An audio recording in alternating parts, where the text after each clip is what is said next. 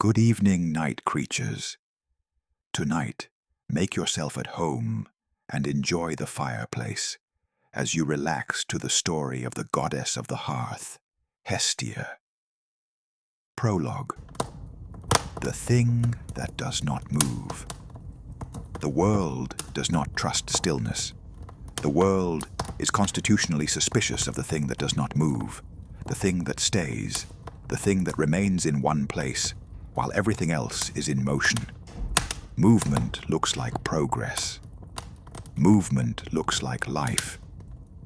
Movement looks like the expression of vitality and purpose, and the divine energy that the more spectacular gods embody in their travels, and their battles, and their loves, and their catastrophes. Stillness looks like nothing. This is the first and most persistent misunderstanding about Hestia, and it needs to be addressed before anything else, because the misunderstanding shapes everything that follows. If you approach her story expecting the kind of story that mythology usually tells, the journey, the battle, the love affair, the transformation, the heroic arc, you will not find it, and you will conclude that she has no story, that she is a background figure, a minor goddess, the one who stayed home while the interesting ones went out and did things. This conclusion is wrong. It is not merely wrong in the sense of being factually incorrect, though it is factually incorrect. It is wrong in a deeper sense. It applies the wrong framework to the wrong subject. It takes the criteria of the traveled story and uses them to evaluate the stayed story, and finds the stayed story wanting because the stayed story does not look like travel. But consider what stillness actually is. Not the stillness of the stone, which is inert, which does not stay so much as it simply never goes. Not the stillness of the dead, which is the cessation of motion rather than its complement, but the stillness of the fixed point around which other things move, the stillness of the center that makes the circle possible, the stillness of the thing that does not move, precisely because everything else depends on its not moving. Because the moment it moves, the structure it is the center of collapses. The axis does not rotate. If the axis rotated, nothing else could. The axis holds still so that the wheel can turn. Hestia is the axis. She does not move so that everything else can. She stays so that the returning is possible. She maintains so that what is built does not collapse. She is the fixed point in a world of motion, and without the fixed point, the motion is not progress but chaos, not the meaningful movement of things going somewhere, but the random scattering of things that have no center to move around. She is the hearth, the fire that stays lit, that is tended, that is present when you return from wherever you have been. That is the warmth that defines the difference between inside and outside, between home and not home, between the place that is yours and the vast, uncaring world that is not. She is the most necessary of the gods, and she is the most overlooked, because necessity is not spectacular, and what is always there tends to become invisible through the very constancy of its presence. This is her story. It will not look like the other stories. It will look like a fire burning quietly, without drama, without ceasing. And if you sit with it long enough, if you give it the kind of attention that it gives to you, you will find that it contains more than you expected, that the stillness is not emptiness, that the center is not nothing, that the fire that stays lit is the most important fire of all. Part 1. Before the Hearth had a name. Chapter 1. The Order of Birth. She was the first. This is the fact around which everything else organizes, the fact that makes her story different from all the other stories, in the way that first things are different from everything that follows them. Not necessarily the most magnificent, not necessarily the most powerful, but the original, the prior, the one that was there before the others were. She was the first child of Cronus and Rhea, the first of what would become the Olympians, the first god swallowed by a divine father who feared what his children would become, and the last to be released from that divine stomach when Zeus finally forced Cronus to disgorge what he had consumed. First in, last out. This too is significant, in the way that all the details of origin stories are significant, not as biography in the ordinary sense, but as mythological precision, as the expression in narrative form of what a being fundamentally is. She went in first and came out last, and in between she was inside the divine, was contained within the body of the Father who feared her, was held in that darkness while the world outside continued its story. What does it do to a being to be first and to be held, to arrive before the others, and to be contained before the world was ready to receive you, to be the original and the enclosed, the first and the waited? It does this. It produces a being who understands containment from the inside, who understands what it means to be held, to wait, to be present in the darkness before the emergence into light, who has been, before anything else, the thing that is kept, and who therefore knows, with the knowledge that only experience provides, what being kept means and what it requires of the keeper. She was kept by Cronus, involuntarily, in the darkness of his divine body. And then she was released into the world, last of her siblings, and the world was already in motion around her, already populated by the gods who had been disgorged before her, and by the divine order that was beginning to take its shape. She stepped into this moving world, and she did not move. She stood at the center of it. She found the center, and she stood there, and she was still. And the stillness was not passivity, and was not resignation. It was the choice of the being who understands that the center is the most important place, and that someone has to hold it. She held it. She has held it ever since. Chapter 2. Rhea. Her mother was Rhea, and the relationship between Hestia and Rhea was one of the formative relationships of her existence. Not because it was close, necessarily. Not because Rhea was present in the active sense that the mythology sometimes portrays maternal relationships, but because of what Rhea was, and what Rhea's situation had been.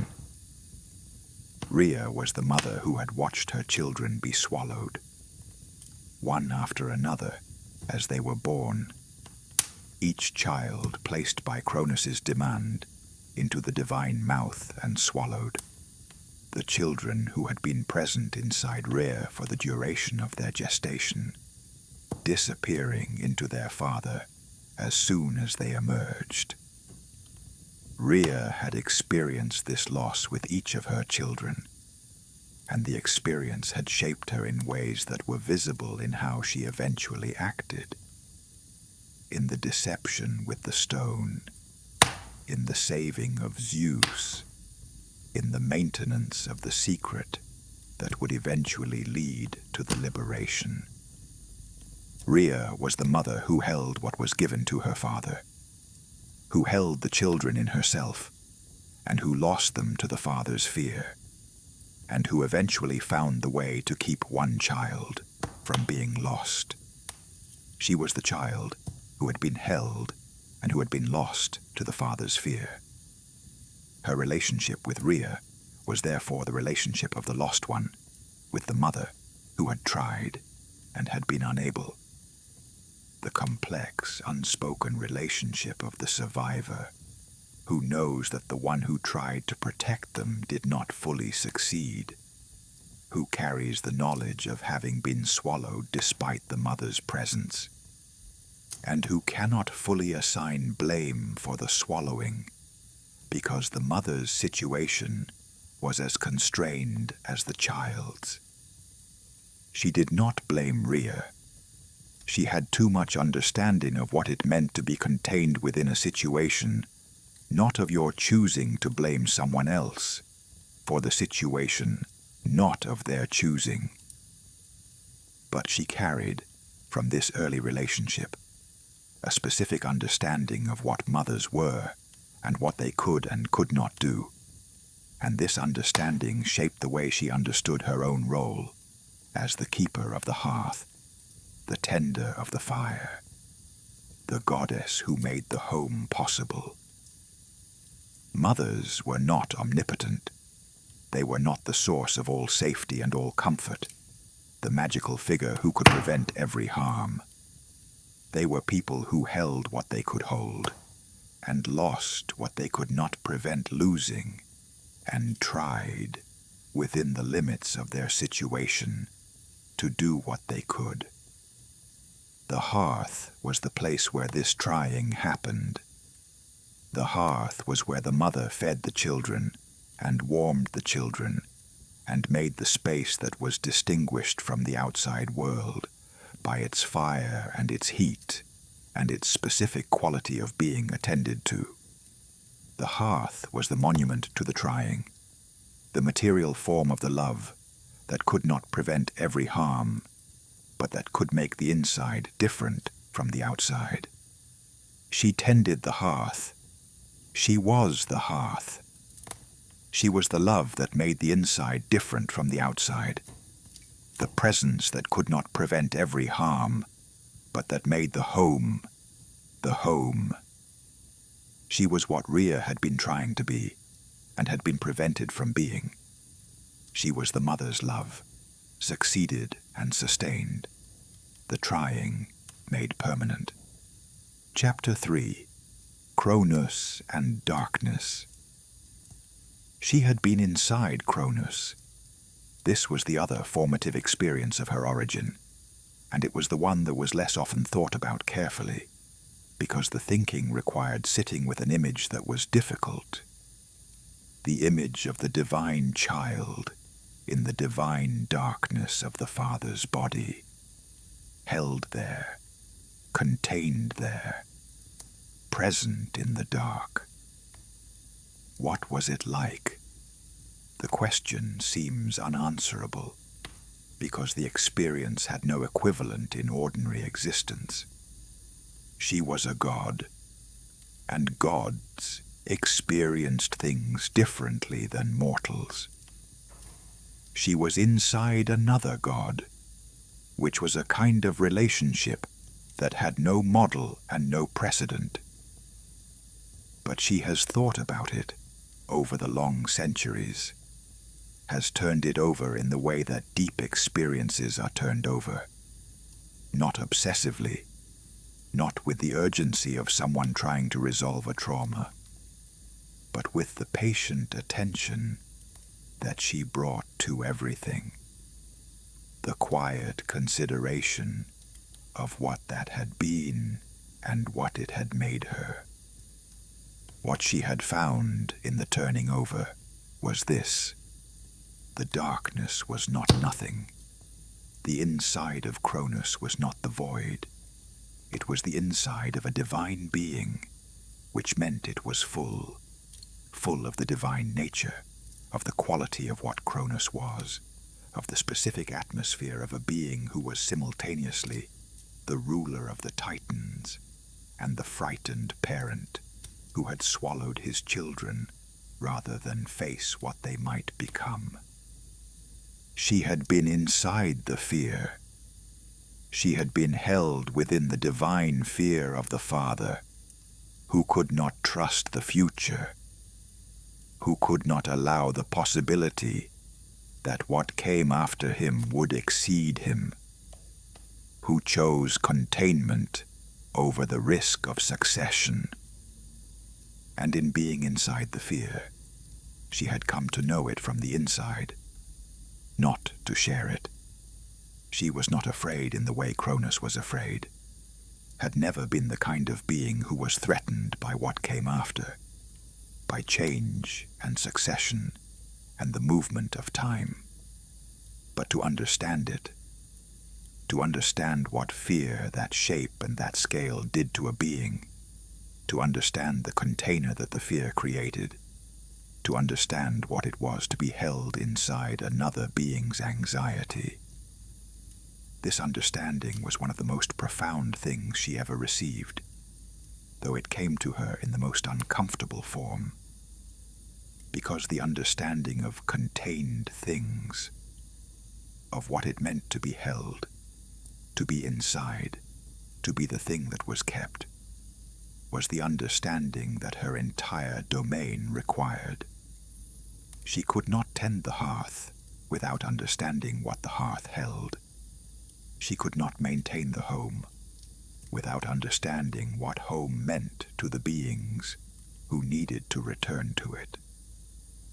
She could not be the god of the inside without having been, first and foundationally, inside. Cronus had swallowed her in fear. She had received from that swallowing the deepest preparation for her divine function that she could have been given. She did not thank him for it, but she did not deny it either. Chapter 4. The Release. When Zeus forced Cronus to disgorge his children, the process was violent and sudden, as the end of long containment tends to be. The other children emerged in the order reverse of their swallowing. She came out last, which meant she was the last to be released into the world, the last to emerge from the darkness, the last to stand in the light of the world that had been moving without her. She emerged and stood. The other siblings were already in the process of becoming what they would become, already moving, already taking the shapes of their divine natures, already orienting themselves toward the things their domains would require. Demeter reaching toward the earth and its growth, Hera orienting toward the social structures that would define her domain, Poseidon already feeling the pull of the sea, Hades with the quiet of someone who would go where the others would not follow. She stood. She looked at the world, which was large and moving and full of the activity that the other gods were already engaged in. She looked at it with the eyes of someone who had been inside a dark place for a very long time, and was now in the light, and who was adjusting not to the light, but to the size of the outside, after the confinement of the inside. She did not feel small in the vastness. She felt the complement of the vast, the intimate.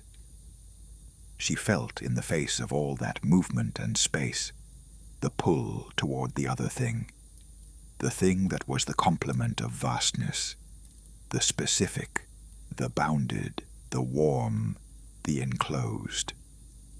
She felt the pull toward the hearth. Not any specific hearth. There were no hearths yet, or none that had been deliberately made, none that were understood as hearths rather than simply as fire. But the principle of the hearth, the fire that stays in one place, the warmth that defines inside, the light that is not the sun, that does not move across the sky, that does not set and rise and move in its great arc, but that is fixed, that is constant, that is the same light in the morning that it was the night before, because someone has tended it through the night. She felt this pull, and she understood it as her nature, and she followed it. She found the center. Not a geographic center, not a place on a map that could be called the center of the world, though later traditions would associate her with such places, would make her the sacred fire at Delphi, the eternal flame at Olympia, the hearth at the center of every city. The center in the more fundamental sense, the place around which things moved, the still point, the axis. She found it, and she stood there, and the fire began. Part 2. The Fire at the Center. Chapter 5. What Fire Is. Before the hearth and what the hearth meant can be understood, what fire was needs to be understood. Not the chemistry of it, not the physics of it, but the experience of it, the phenomenology of fire as the beings who lived around it experienced it. Fire was warmth in a world that was cold. This is the first thing, and the most obvious thing, and it is easy to underestimate it, because modern life has so thoroughly solved the problem of cold that the original relationship between human beings and warmth is difficult to recover. For most of human history, cold was not an inconvenience, but a danger. Winter was not a season to be endured with the help of central heating, but a genuine threat. The thing that killed if preparation was insufficient. The time of year when the world's indifference to human life was most apparent. Fire was the response to this threat. Fire was the thing that turned the indifferent world, for a bounded space around it, into a place that could sustain human life through the winter. Fire was not a comfort. It was a necessity. The hearth was not a luxury. It was the thing that made winter survivable. Fire was light in a world that was dark. Before artificial light, darkness was genuine darkness, not the incomplete darkness of the modern city, where there is always some ambient light from somewhere, but the darkness of a world without electricity, where after sunset the world became genuinely, completely dark, except for whatever fire was maintained. Fire was the boundary of human activity after dark. Everything that happened in the night happened around the fire. The fire was the center of the night world. Fire was the means of cooking, which was not a domestic detail but a civilizational development. The cooking of food changed what food was, changed its safety, changed its digestibility, changed the range of things that could be eaten, and the range of the nutritional benefits that could be extracted from what was eaten. Cooking was the transformation of raw material into nourishment through the application of fire. It was, in a precise sense, the original technology, the first deliberate transformation of the natural into the cultural, the first use of natural force in service of human need. Fire was the focus of community. The fire was where people gathered, not only for warmth and light, for each other.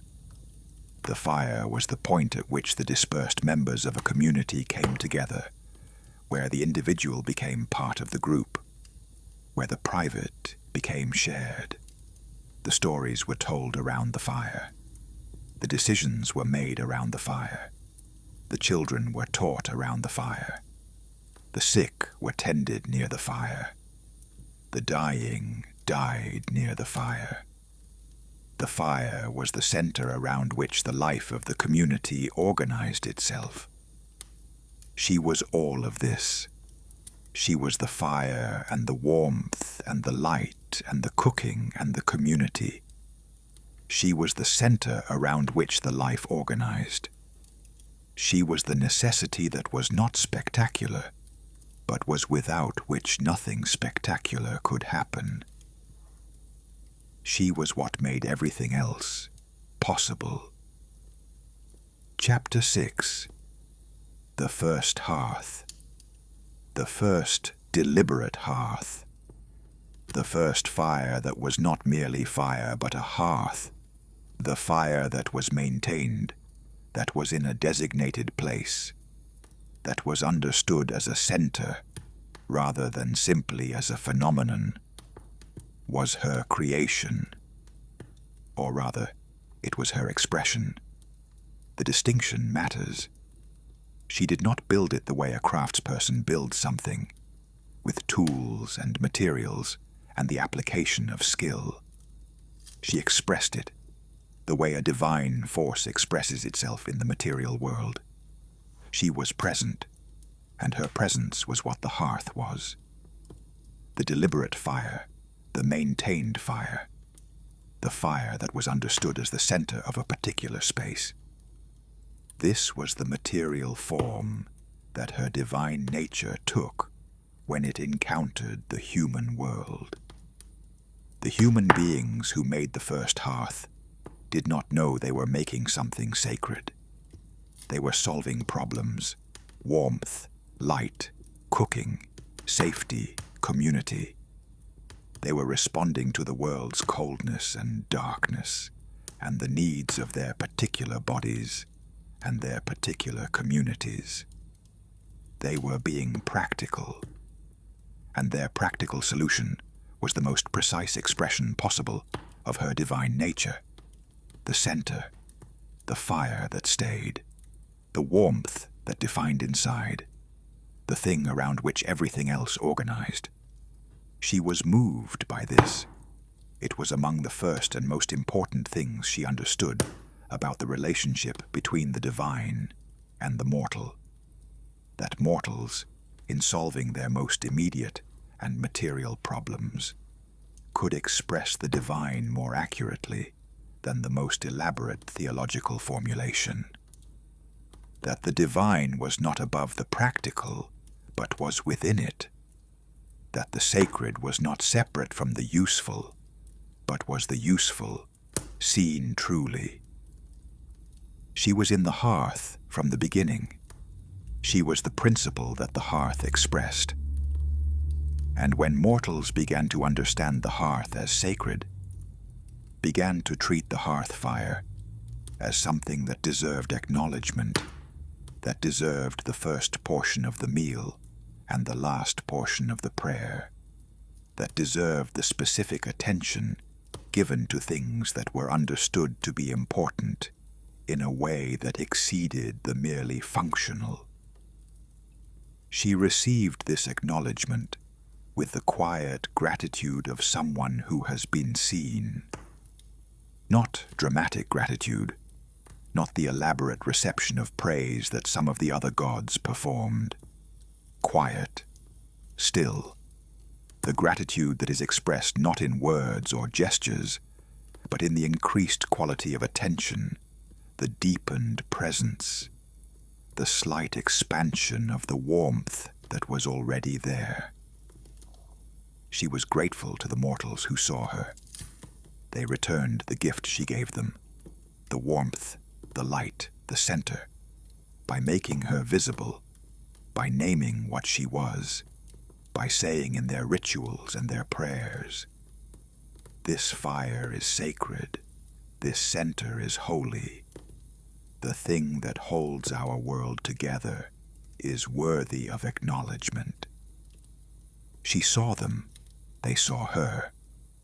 The relationship between Hestia and the mortal world was, from the beginning and throughout its long history, this mutual seeing, this acknowledgement, this reciprocal recognition of what was necessary and what was sustaining and what was, in its quietness, in its constancy, in its refusal to be spectacular, the most sacred thing.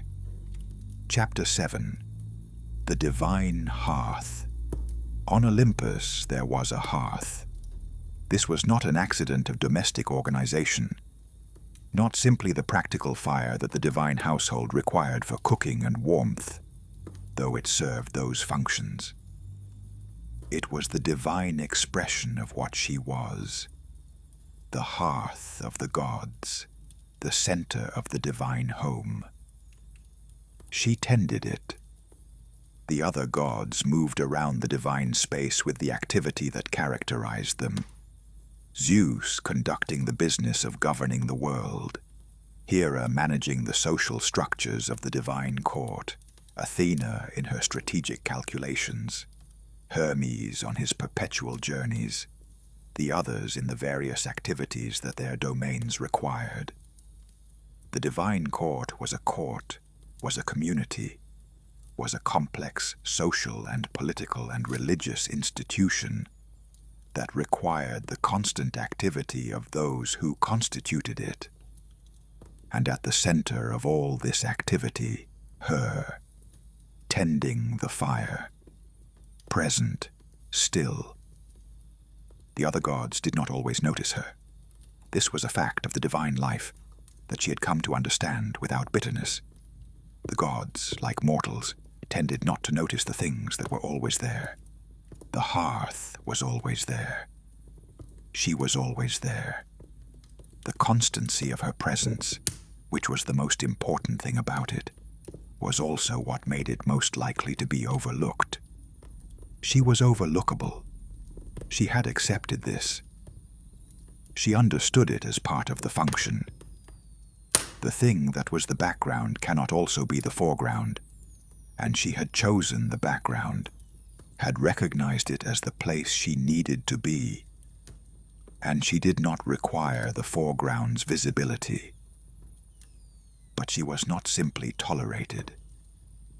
When the other gods returned from their activities, from the battles and the negotiations and the affairs and the adventures that made up the texture of the divine life, they returned to the warmth of the hearth, she maintained. They returned to a place that was different from where they had been. Warmer, quieter, more itself. The divine home that she kept was genuinely a home, was a place of genuine refuge, was the thing that made the returning worthwhile. They knew this, even when they did not articulate it. The hearth was always there when they returned. The warmth was always there. She was always there. And the being there, the constancy of it, was the thing they depended on in ways they did not always acknowledge, but that were no less real for the lack of acknowledgement. She accepted this too. She accepted it not with the resentment of someone who wanted more credit than they received, but with the understanding of someone who had chosen the function and who was clear-eyed about what the function involved. She was the hearth. The hearth was tended, not celebrated. She tended. She was not celebrated. This was consistent. What she received in return was something she valued more than celebration. She received belonging. She belonged to the divine home in a way that no one else did, not even Zeus, whose home it was by virtue of his authority. She belonged to it as the fire belonged to the hearth, essentially, constitutively, in a way that could not be separated from what the place was. She was Olympus's home, the way fire was the hearth's fire. Without her, it was not a home. With her, it was. Chapter 8. The First Offering. The first portion of every meal was hers. The last portion of every meal was hers. This was the convention, the religious understanding that the meal began with acknowledgement of the hearth and ended with acknowledgement of the hearth. that the sustenance that the meal provided was bounded on both sides by recognition of the fire that had made the sustenance possible. She received these offerings in the way she received everything, without drama, without the elaborate divine reception that some of the other gods seemed to require, with the quiet presence that was her characteristic mode. The first portion was not always the best portion. Often it was simple. A small piece of bread, a few drops of wine, a handful of grain. What mattered was not the quality of what was offered, but the acknowledgement itself. The act of saying, before the meal was eaten, "This fire is sacred. The center of this home is acknowledged. What makes this meal possible is recognized." She valued this acknowledgement, not for the offering's material value. She was a goddess. She did not require food. But for what the acknowledgement represented, the mortal recognition that the ordinary things were sacred, that the fire was not merely a fire, that the home was not merely a house, that the meal was not merely food. The act of making the offering was the act of seeing the sacred in the ordinary, and the sacred in the ordinary was what she was, and what she had always been trying to show the world she was. The first offering before the meal was the mortal world telling her, "We see you. We see that you are here. We see that what you provide is not nothing, is not merely the background, is the center around which everything else is possible."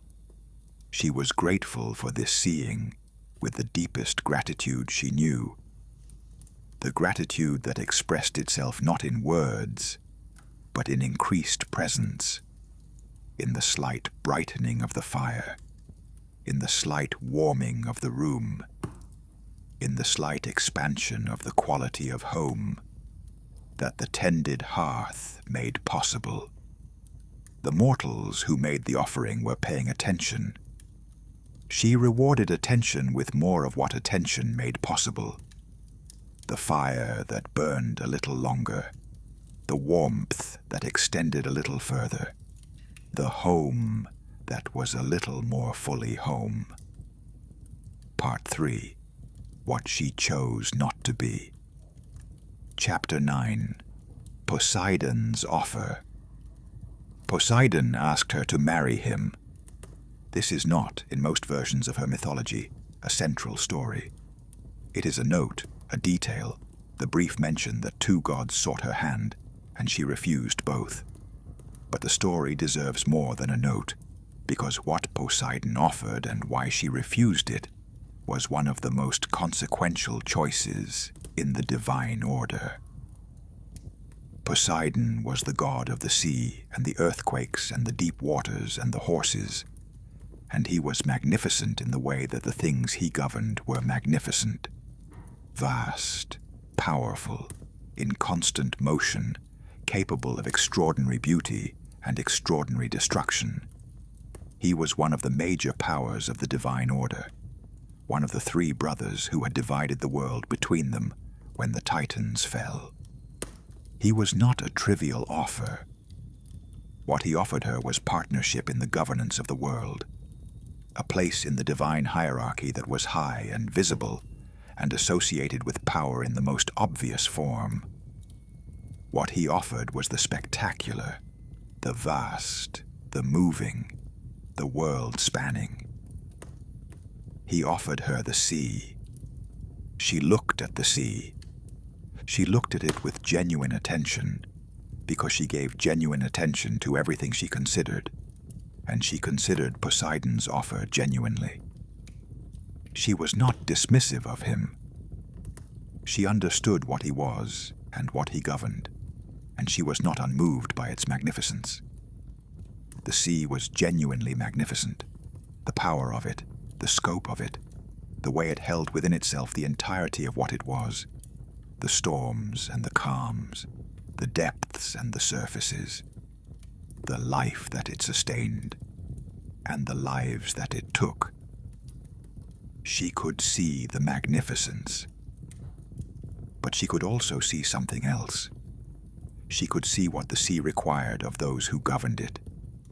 The constant engagement, the perpetual motion, the impossibility of staying in one place, because the sea did not stay in one place. The necessity of being like what you governed, which in Poseidon's case meant being vast and moving and powerful and variable. She was not vast and moving and powerful and variable. She was specific and still and warm and constant. What Poseidon offered would require her to be something she was not, and she would not be what she was not. Not for the magnificence of the sea or for anything else. She refused him. With respect. She genuinely respected what he was, and she expressed that respect in her refusal. But she refused. Poseidon received the refusal with the difficulty that powerful beings have with refusals, which was considerable. He was not accustomed to refusal. He was one of the three brothers, the shaker of the earth, the god of the deep waters.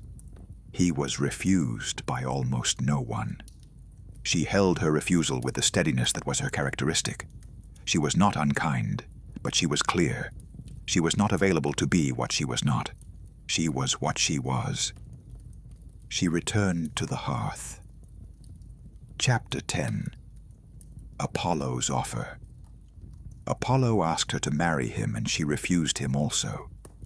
Apollo was perhaps the most difficult refusal she had ever been required to make. Not because she doubted her choice, but because Apollo was genuinely extraordinary, and the offer he made was genuinely beautiful.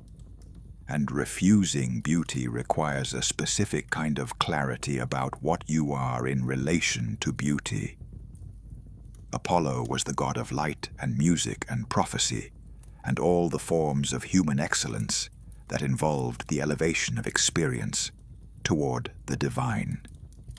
He was the most beautiful of the male Olympians, the one whose divine quality expressed itself most visibly in the surface, in the brightness and the gold, and the magnificent form that was the outer expression of the magnificent inner reality of what he governed.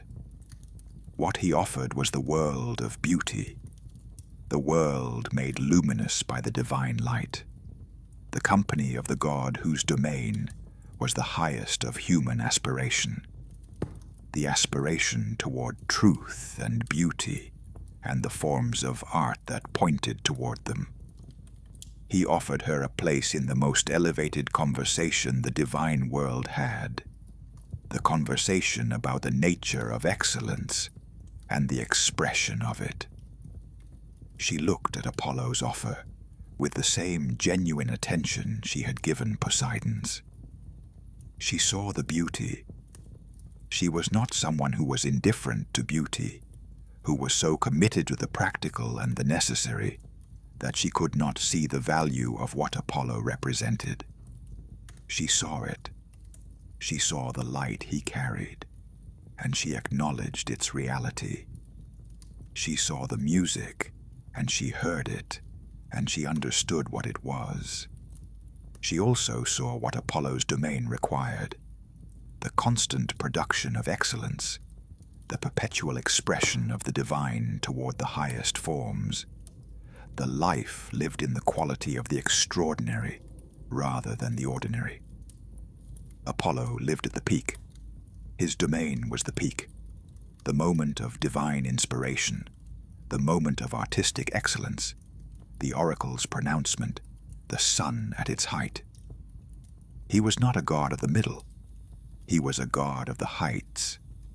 She was not a god of the heights.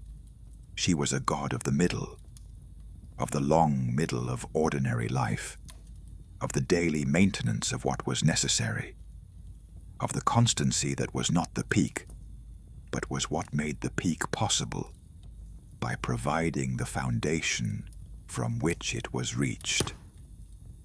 She could not be Apollo's companion without being changed into something she was not, could not inhabit the world of constant elevation without abandoning the middle ground that was her domain, could not be the goddess of the heights without ceasing to be the goddess of the hearth.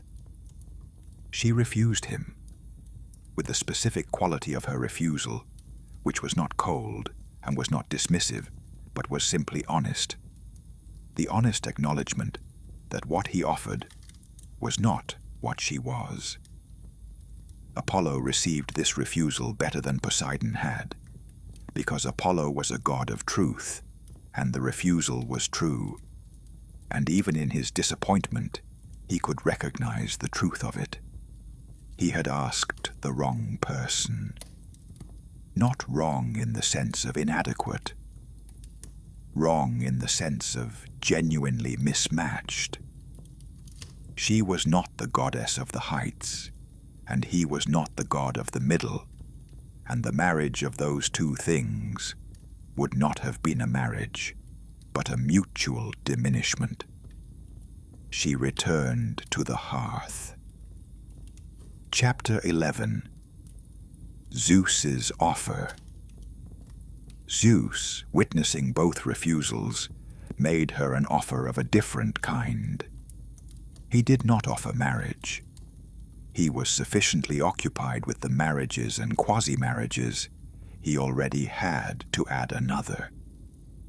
He offered her something that was, in its own way, more significant. He offered her the most sacred position in the divine order. He said, "You will have the first portion of every sacrifice. You will have the first offering of every meal.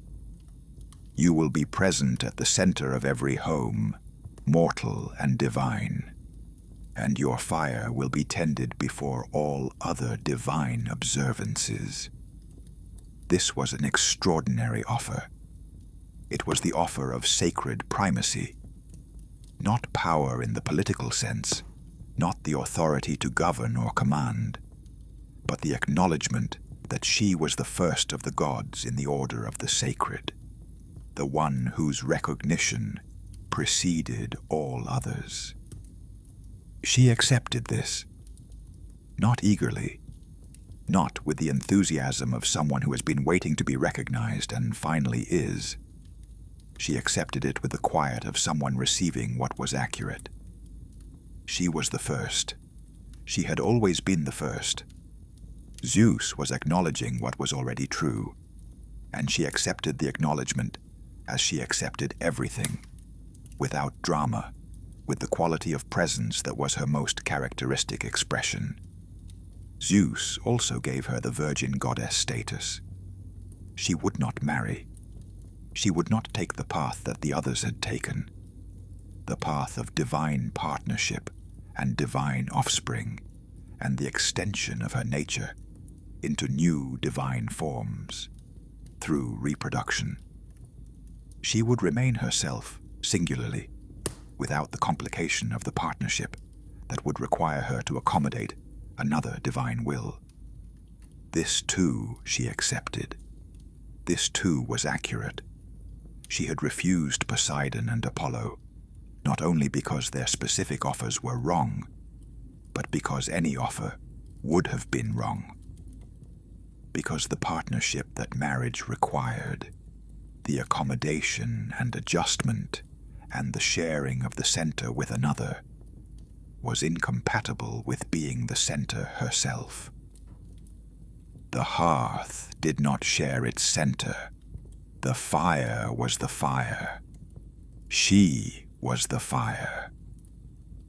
She remained.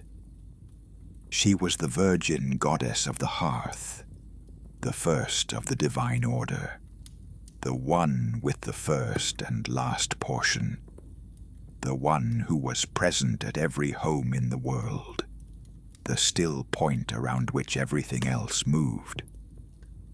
She returned to the hearth. She never left it again. Chapter 12. The meaning of the refusals. The mythological tradition tends to present her refusals as a single fact. She refused. She remained virgin. She tended the hearth, without dwelling long on what the refusals mean. But they mean a great deal, and the meaning is worth sitting with. She refused power in the form it was most commonly offered, the power of extension, of influence, of the relationship that extended the self into new domains and new forms of expression. She refused the power of the sea's vastness, and the power of Apollo's height, and the power of partnership that could have given her both an ally and an expansion. She chose smallness instead. Not the smallness of insignificance. She was not insignificant, was in fact the most universally present of all the gods, was in every home that had a fire, and every city that had a public hearth, and every temple that kept a sacred flame. But the smallness of specificity, of particularity, of the specific fire in the specific hearth, in the specific home. She chose the small over the vast, the particular over the universal, the warm over the magnificent. This was a theological statement of the most radical kind, though it was made not in words but in choice. She was saying, by her refusals, the small is not lesser than the large.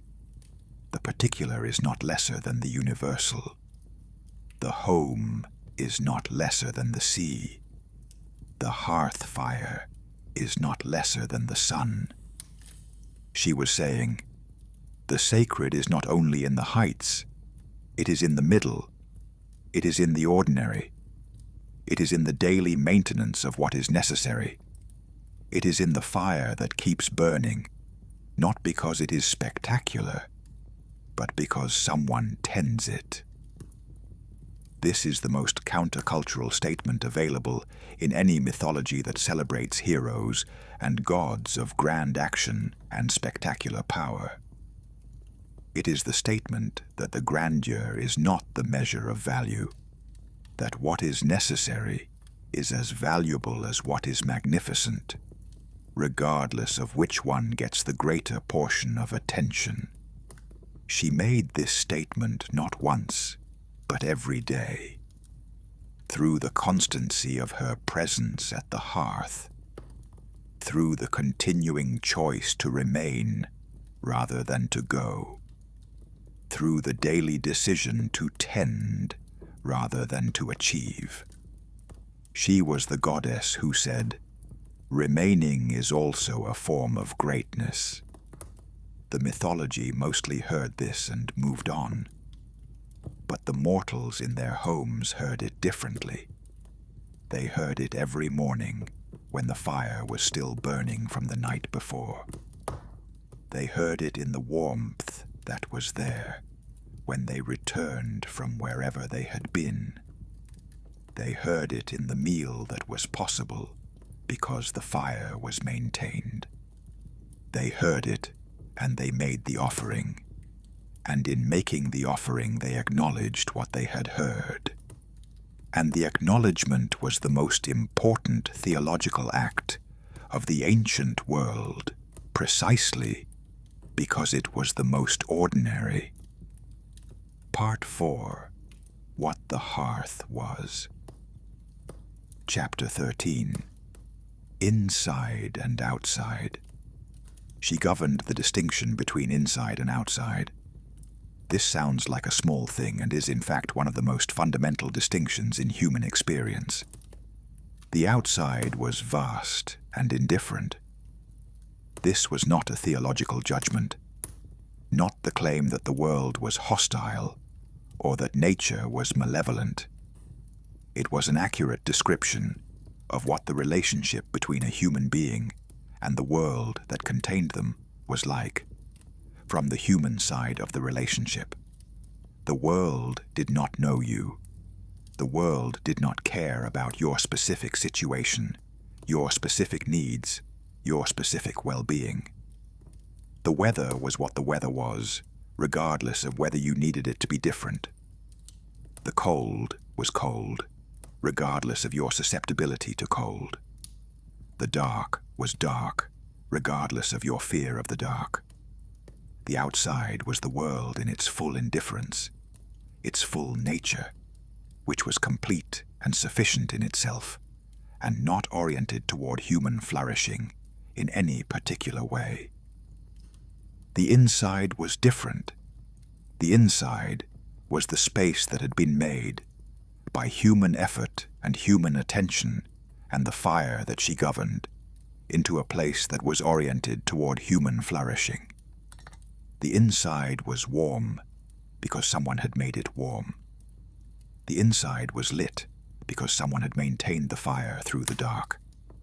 The inside was a place of food and story and community and sleep because the human beings who lived inside had made it those things, had arranged the inside in accordance with what human beings needed.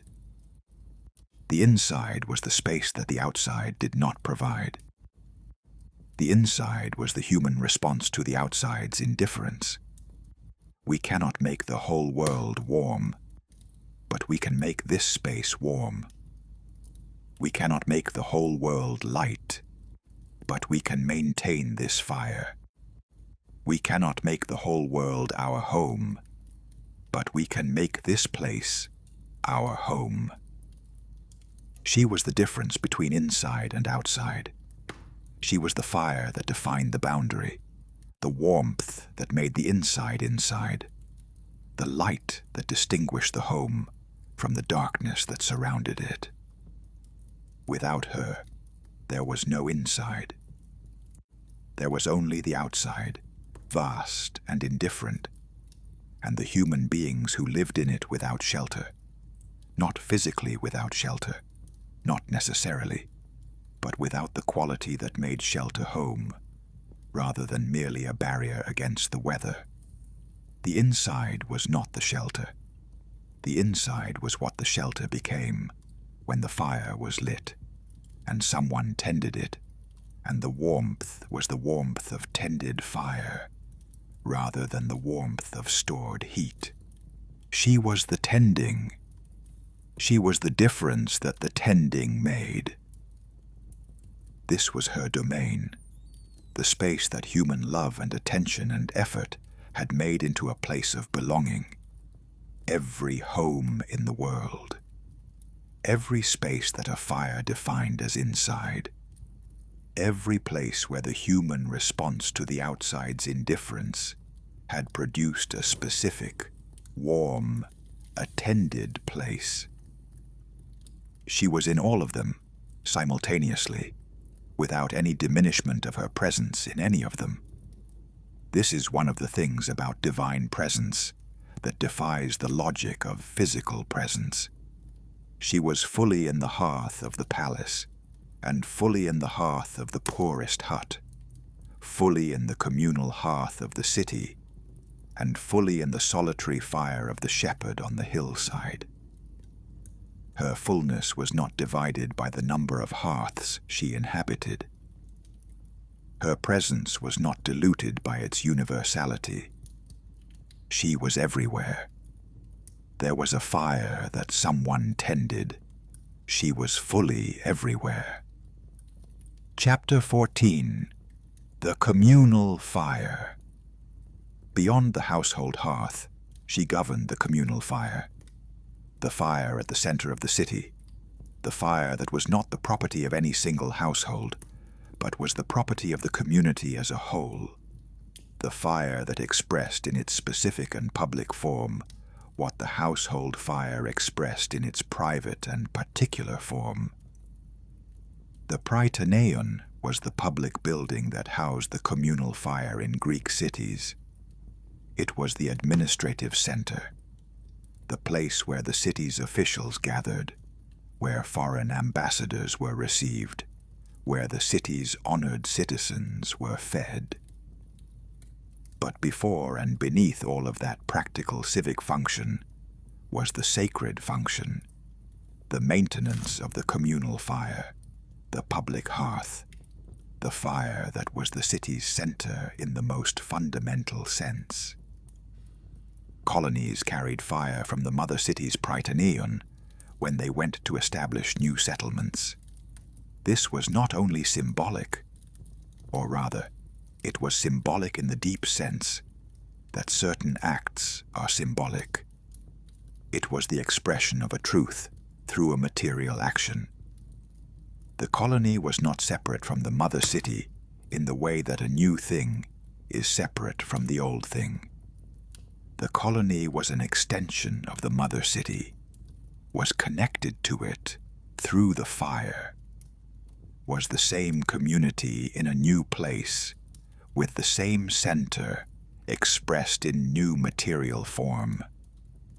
The fire was the connection. The fire was the community. The city was not the buildings or the walls, or the political structures or the legal arrangements, though all of those things were real and important. The city was the community of people who gathered around the same fire, who acknowledged the same center, who shared the specific quality of belonging together that the communal hearth expressed. She was this city. She was the principle that made the city a city, rather than simply an aggregation of individuals who happened to occupy the same geographic space. The city was the inside, the communal inside, the space that the human community had made into a place of shared belonging. And the fire at the center of the city was the expression of that belonging, the material form of the community's self-understanding as a community. She was deeply moved by the cities and their fires. She was moved by the human capacity to extend the principle of the household, the specific warmth, the specific belonging, the specific inside, into the communal form, to say, the inside is not only the individual household, the inside is also the city. We all belong to this fire together. We are all made insiders by this communal hearth.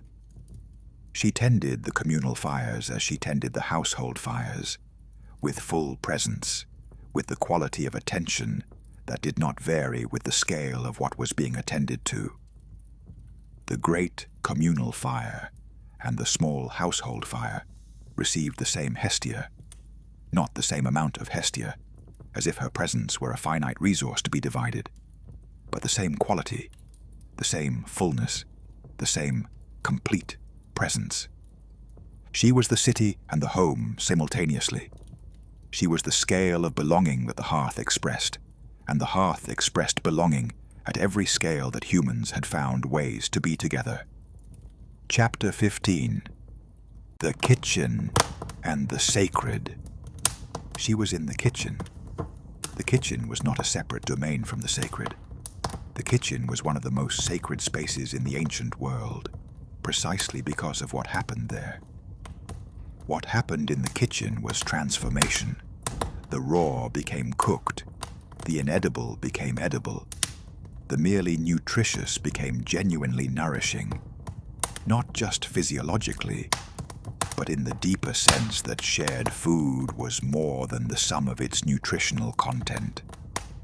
That the meal that was prepared and shared was a communal act that sustained not only the body, but the bond. This transformation happened at the fire she governed. The fire was not merely the source of heat for the cooking, it was the agent of transformation, the sacred force that turned the raw into the cooked, that made the particular human form of nourishment possible. Cooking was not a purely practical act. It was also a sacred act, the application of divine fire to the world's raw material in order to make it suitable for human sustenance. She was in this act. She was the fire, which meant she was present every time food was cooked. Every meal prepared over a fire was prepared in her presence. Every family that gathered around the cooked meal was gathering in her domain. Every act of providing sustenance through the transformation of fire was an act that was, at its core, sacred. The later world, which had separated the sacred from the practical in ways the ancient world had not, found this connection difficult to understand.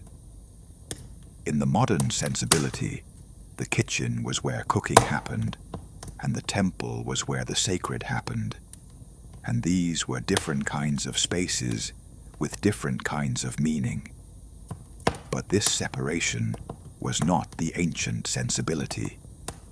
In the ancient world, the kitchen fire and the sacred fire were the same fire, were both expressions of the same divine principle, were both the same Hestia, were both in the same continuum of the sacred that ran from the largest communal ritual to the smallest domestic act.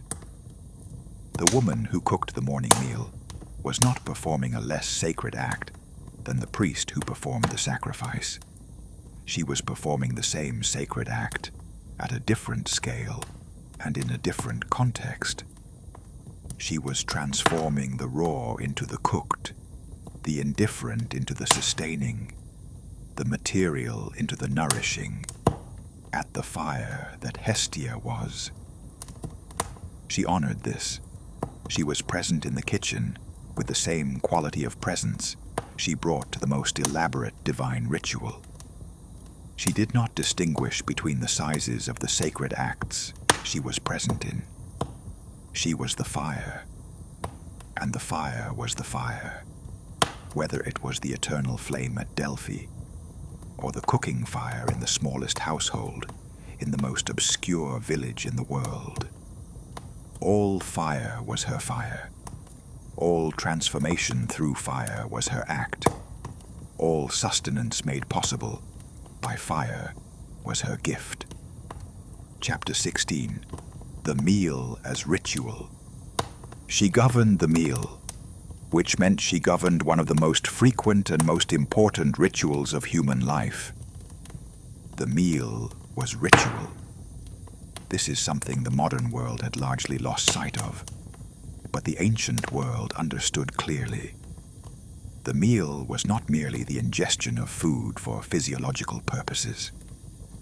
The meal was the communal act through which a group of people affirmed their belonging to each other, through which the bonds of the community were regularly renewed, through which the human need for connection and sustenance were simultaneously met in a single practice.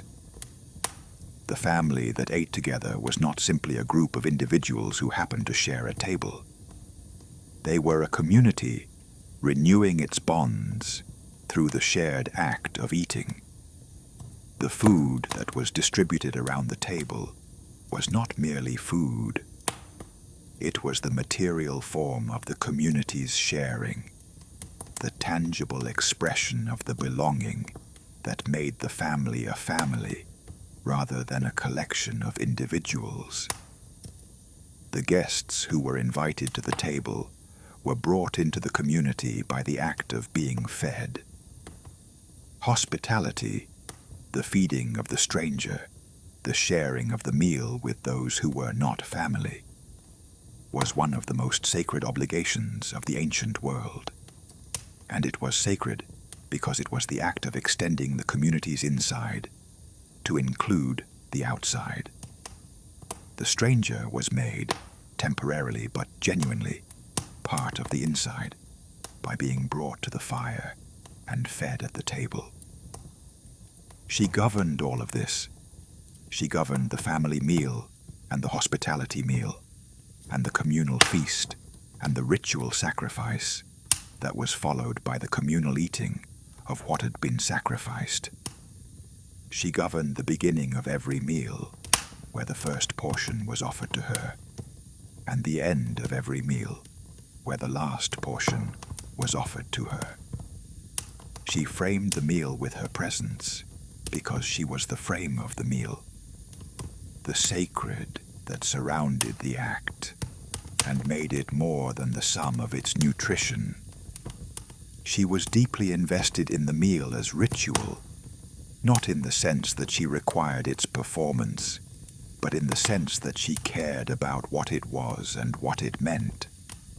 She cared about the quality of the sharing, about whether the food was given with the genuine generosity that sharing required, whether the guest was received with the genuine hospitality that sacred obligation required, whether the family that ate together was truly a community or merely a collection of individuals performing community. She could feel the difference. She could feel, in the quality of the fire and the quality of the space, whether the meal was genuine or performed, whether the sharing was real or obligatory, whether the belonging expressed in the shared table was the actual belonging of people who genuinely held each other, or the social performance of belonging that covered the reality of individuals who happened to share an address. She was not comforted by the performance.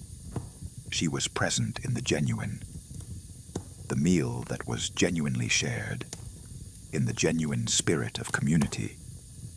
This was the meal in which she was most fully present, in which the fire burned brightest, in which the warmth of the hearth extended most fully into the space.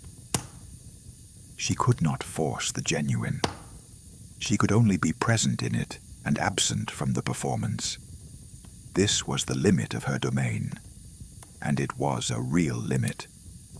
And she held it without pretending it was not a limit.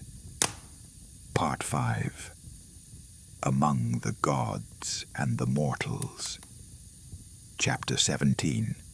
Hermes. She and Hermes had a relationship that was among the most genuine of her divine relationships, and that was genuinely unusual. A relationship between the goddess who stayed and the god who was always in motion, between the center and the crosser of all thresholds, between the fire and the road. They should not have been each other's company. Their natures were as different as divine natures could be. She was the fixed point. He was constitutional mobility. She was the inside. He was the outside, the between, the crossing. She was home. He was the journey. And yet they sat together sometimes, at the hearth, in the late hours when the divine court was quiet and the other gods were occupied elsewhere. He would stop in his perpetual motion and come to the hearth, and she would tend the fire, and they would sit together in a silence that was comfortable rather than awkward. The comfortable silence of two beings who understood each other without needing to explain. He came to her because he needed what she had.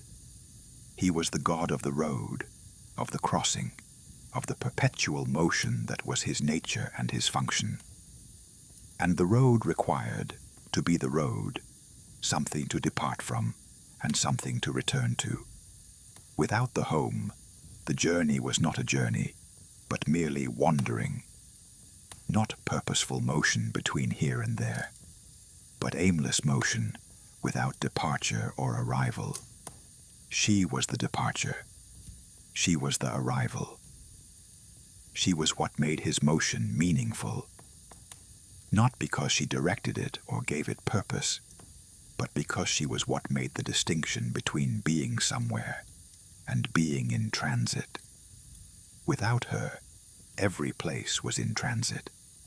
With her, some places were home, and the motion between homes had the quality of genuine journey rather than merely displacement. He knew this. He was the most perceptive of the gods, the one whose gift was the reading of what was actually there, beneath what appeared to be there. And what was actually there, in his relationship with her, was the fundamental truth that the god of motion needed the goddess of stillness, in order for motion to have meaning. She knew this too, and she knew the inverse, that she needed him, not to move. She was not constituted for motion, could not be him, would not try, but to understand the motion that surrounded her.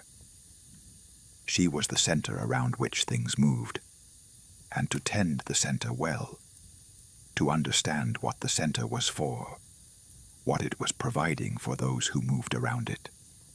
She needed to understand the motion. He told her about the world. This was the most important thing he gave her, the account of what was happening in the vast outside that she did not inhabit. He traveled everywhere, and he remembered everything. And he came to the hearth and told her what he had seen, and what it meant, and what the people of the various places he had visited needed, and what they were doing with their lives. She listened.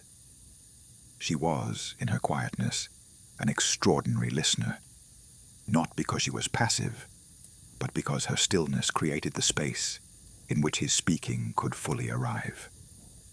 She did not interrupt. She did not redirect. She received what he offered, and she understood it, and she integrated it into her understanding of the world she tended. The god of the outside and the goddess of the inside, sitting together at the hearth, exchanging what each knew that the other needed. This was one of the most important conversations in the divine world, and it was one of the quietest. Chapter 18. Demeter. With Demeter she had the relationship of two goddesses who governed adjacent and deeply related domains, the goddess of the hearth and the goddess of the grain, the fire and the food, the cooking and the growing. Demeter was the goddess of what grew in the earth, of wheat and barley, and the agricultural abundance that made human civilization possible. She was not a simple goddess of fertility, was not only the force of growth.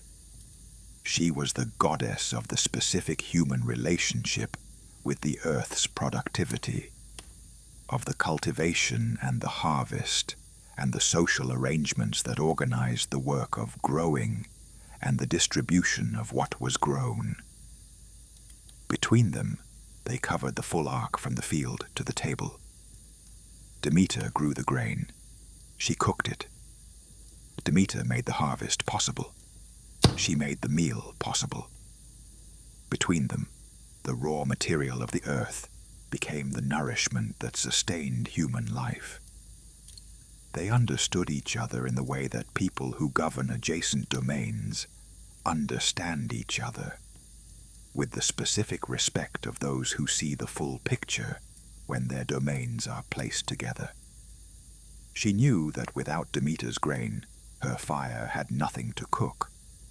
Demeter knew that without her fire, the grain was not yet food.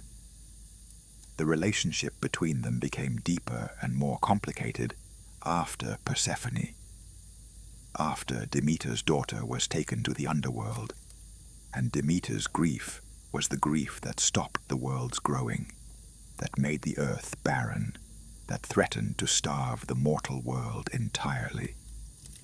She had been present in that grief, not in the traveling and searching that Demeter performed.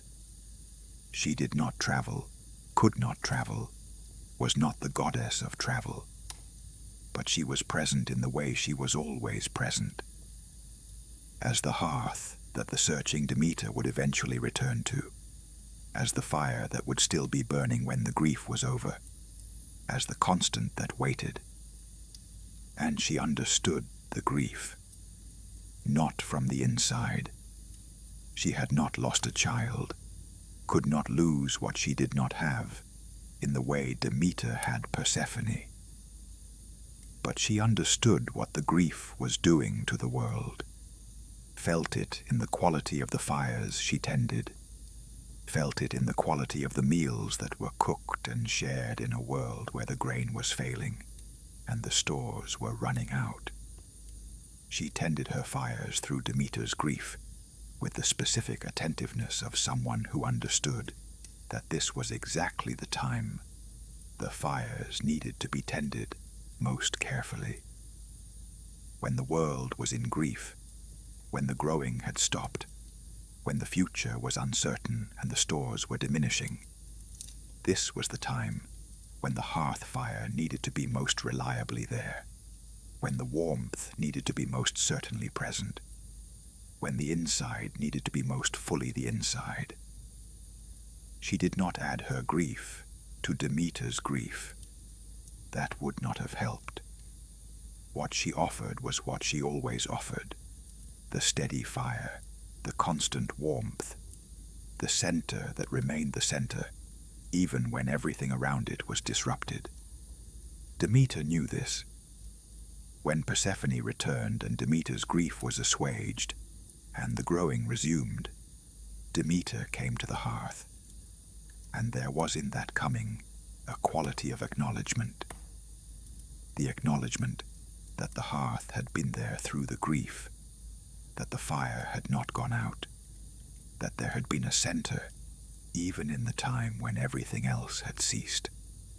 She received this acknowledgement with the quiet that was her response to all genuine acknowledgement. The fire burned a little brighter. The warmth extended a little further. That was enough. That was exactly enough. Chapter 19. Hephaestus. Between her and Hephaestus existed the relationship of the two gods most concerned with fire. She with the fire of the hearth, he with the fire of the forge, the cooking fire and the making fire, the fire of sustenance and the fire of transformation. They were different relationships with the same element, and the difference was significant. The hearth fire sustained what was. It kept the house warm. It cooked the food. It maintained the life that was being lived. It did not make new things. It maintained old things. The forge fire transformed what was. It took raw material and changed its nature, turned ore into metal and metal into the extraordinary objects that Hephaestus made. It was the fire of creation, of the new thing, of the making that exceeded what already existed.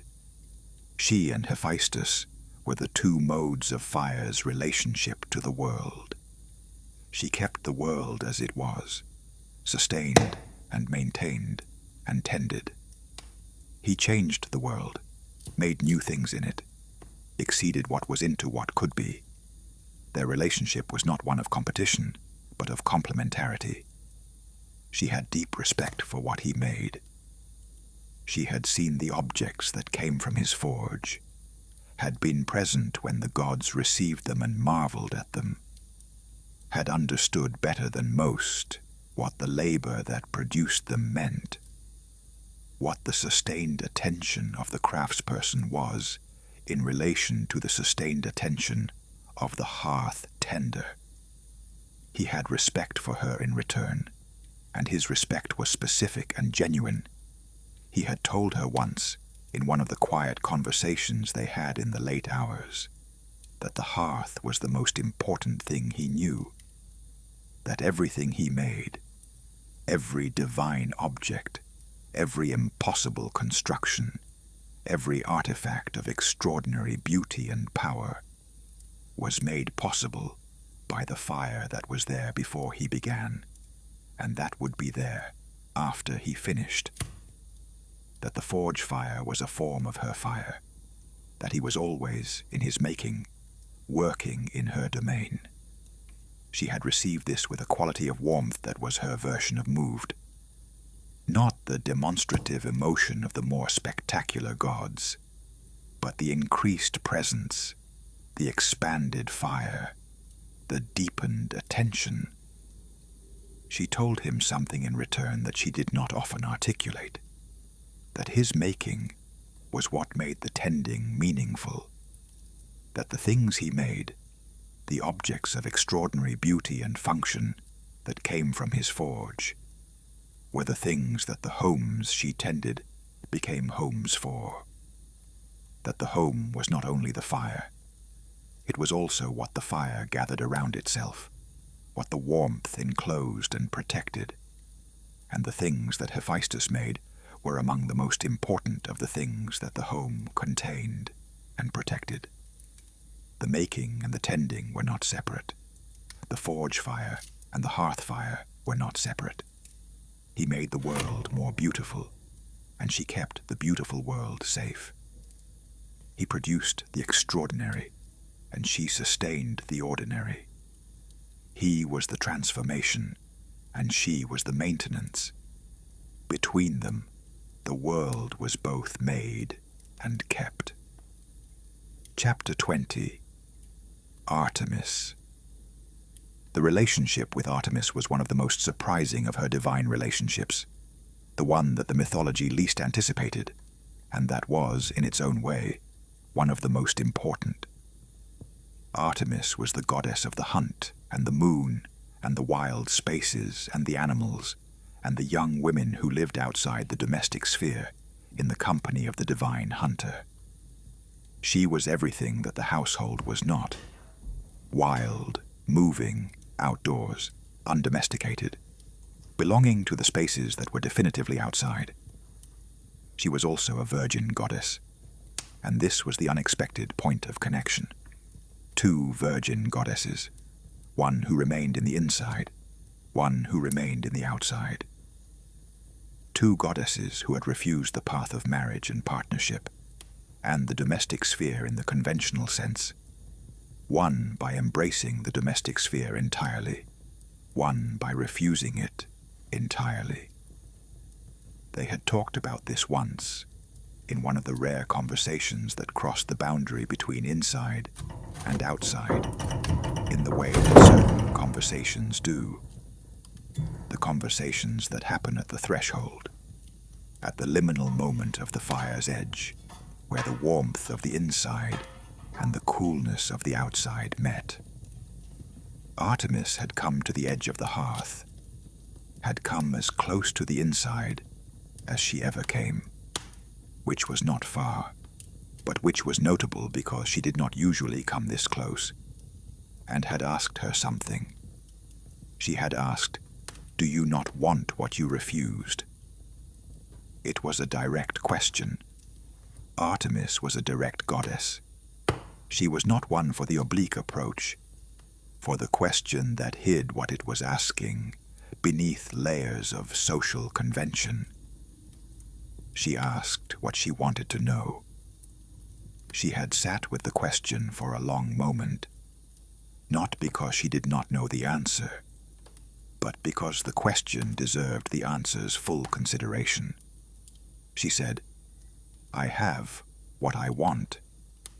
What I refused was not what I wanted." Artemis considered this. There was a quality in her consideration that suggested it was touching something in her own situation, her own refusals, her own reasons for the outside rather than the inside. She asked Artemis in return, "Do you not want what you refused?" Artemis said, "I have what I want. What I refused would have required me to be what I am not." They sat with this together, at the edge of the fire. Two goddesses who had made the same kind of choice in opposite directions, who had said to the world, "What you are offering is not what I am. I am something specific. I will be what I am." The sisterhood in this was real and was not often enough acknowledged. They were not sisters in the genealogical sense. They were not related. But they were sisters in the sense that mattered more. They were two beings who had understood themselves clearly enough to refuse the misfit, who had loved themselves enough to remain what they were, rather than accommodating to what they were not. The wild goddess of the outside, and the still goddess of the inside, sitting at the threshold where their domains met, recognizing each other. Chapter 21. The mortals she loved. She did not love mortals in the dramatic, interventionist way that some of the other gods did. She did not appear to them with divine announcements. She did not change their fates with direct divine action. She did not fall in love with them and pursue them across the landscape of the ancient world. She loved them the way the fire loves the people who sit around it, by being warm when they were cold, by being light when they were in the dark, by being the constant that was still there when they returned, by maintaining the center around which their lives organized themselves. She loved the woman who tended the hearth, not a specific woman. All the women who tended the hearth across all the centuries, in all the places where the hearth was tended and the fire was kept. She loved them with the specific love of recognition, the recognition of people who were doing the same work she was doing, who were maintaining the same principle in their own small domains, who were being the hearth in their own homes, the way she was the hearth in the world. She was present in the tending. When a woman in any home, in any century, in any culture, rose in the morning and went to the fire and coaxed it from its banked overnight state back into its full morning strength, she was in that act. She was the fire, and she was the tending of the fire, and she was the skill and the care and the understanding of what the fire needed and how to give it what it needed. She loved the people who understood what they had, not the people who took the hearth for granted. She did not begrudge them their taking for granted, which was the ordinary condition of things that were always there. But the people who sometimes stopped and felt the warmth and understood what it was, understood that the warmth was not self-generating, was not the default condition of the world, was a product of specific care and specific attention, and the maintained fire that someone had kept burning. The people who felt the warmth and knew it was a gift and received it as a gift. She loved the people who made homes, not the building of houses. That was something else, was the architect's art. But the making of homes, which was different and required different gifts. The gift of presence, of attention, of the daily maintenance of what made the house more than a structure. The cooking and the tending and the gathering of the family around the fire, and the telling of the stories, and the welcoming of the guests, and the marking of the occasions that made the ongoing life into a life, rather than merely a sequence of days. She loved the people who welcomed the stranger, who extended the warmth of the inside to the person who arrived from the outside, who said, in the act of hospitality, "Our inside is big enough to include you. Our fire is warm enough to warm you. You are welcome here." She was in this. She was the welcome. She was the warmth that was shared, the fire that extended its radius to include the guest, the inside that became briefly larger to accommodate the outside person who needed the inside. She loved the act of welcome. She was the act of welcome. Part 6. What She Knew. Chapter 22. The Wisdom of Staying. She had developed over the long centuries of staying a wisdom that was not available to those who moved, not a better wisdom than the wisdom of movement, not superior to what Hermes knew from his roads or what Aphrodite knew from her long history of love. Different. The wisdom that only staying produced. The wisdom of staying was this: you learned things about a place by staying in it that you could not learn by passing through. You learned the way the light changed at different hours of the day, and different seasons of the year, the quality of the light in winter and the quality in summer, and the specific quality of the light at the hour that was neither one thing nor the other.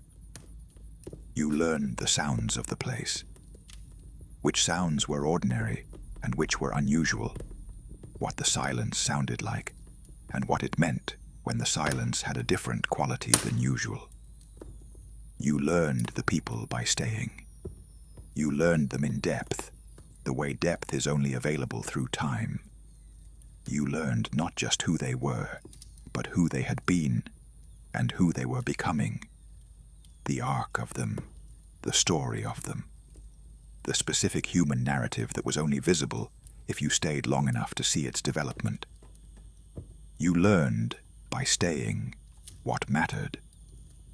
This was the deepest wisdom of staying, the distinction between what was important and what was merely urgent, between what was essential and what was merely present, between the deep currents of a life and the surface events that captured most of the attention.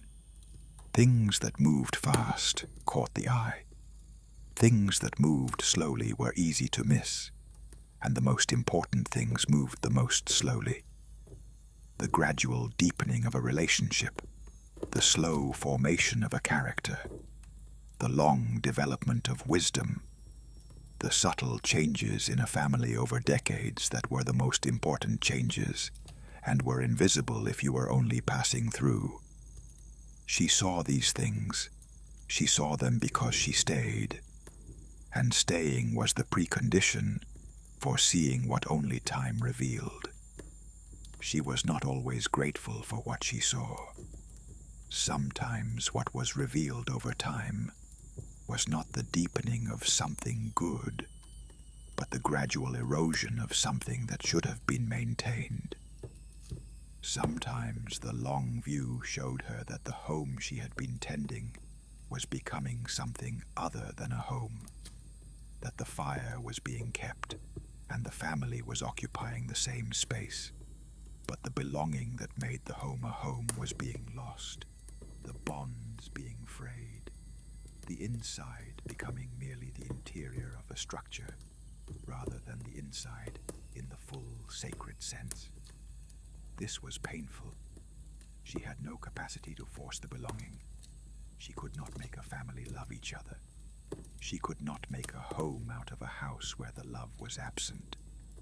She could tend the fire, but if the fire was the only thing being tended, the fire was not enough. She had learned to hold this pain without the dramatic response that some of the other gods brought to their domain's failures. She did not intervene catastrophically. She did not withdraw her presence. She continued to tend the fire, and she continued to be present, and she offered, through the constancy of her presence, the possibility of the belonging that was not currently being claimed. She offered. She could not compel. The fire was available. The warmth was available. The center was there. What the people in the home chose to do with what was available was their choice, and she respected the choice, and she was present regardless.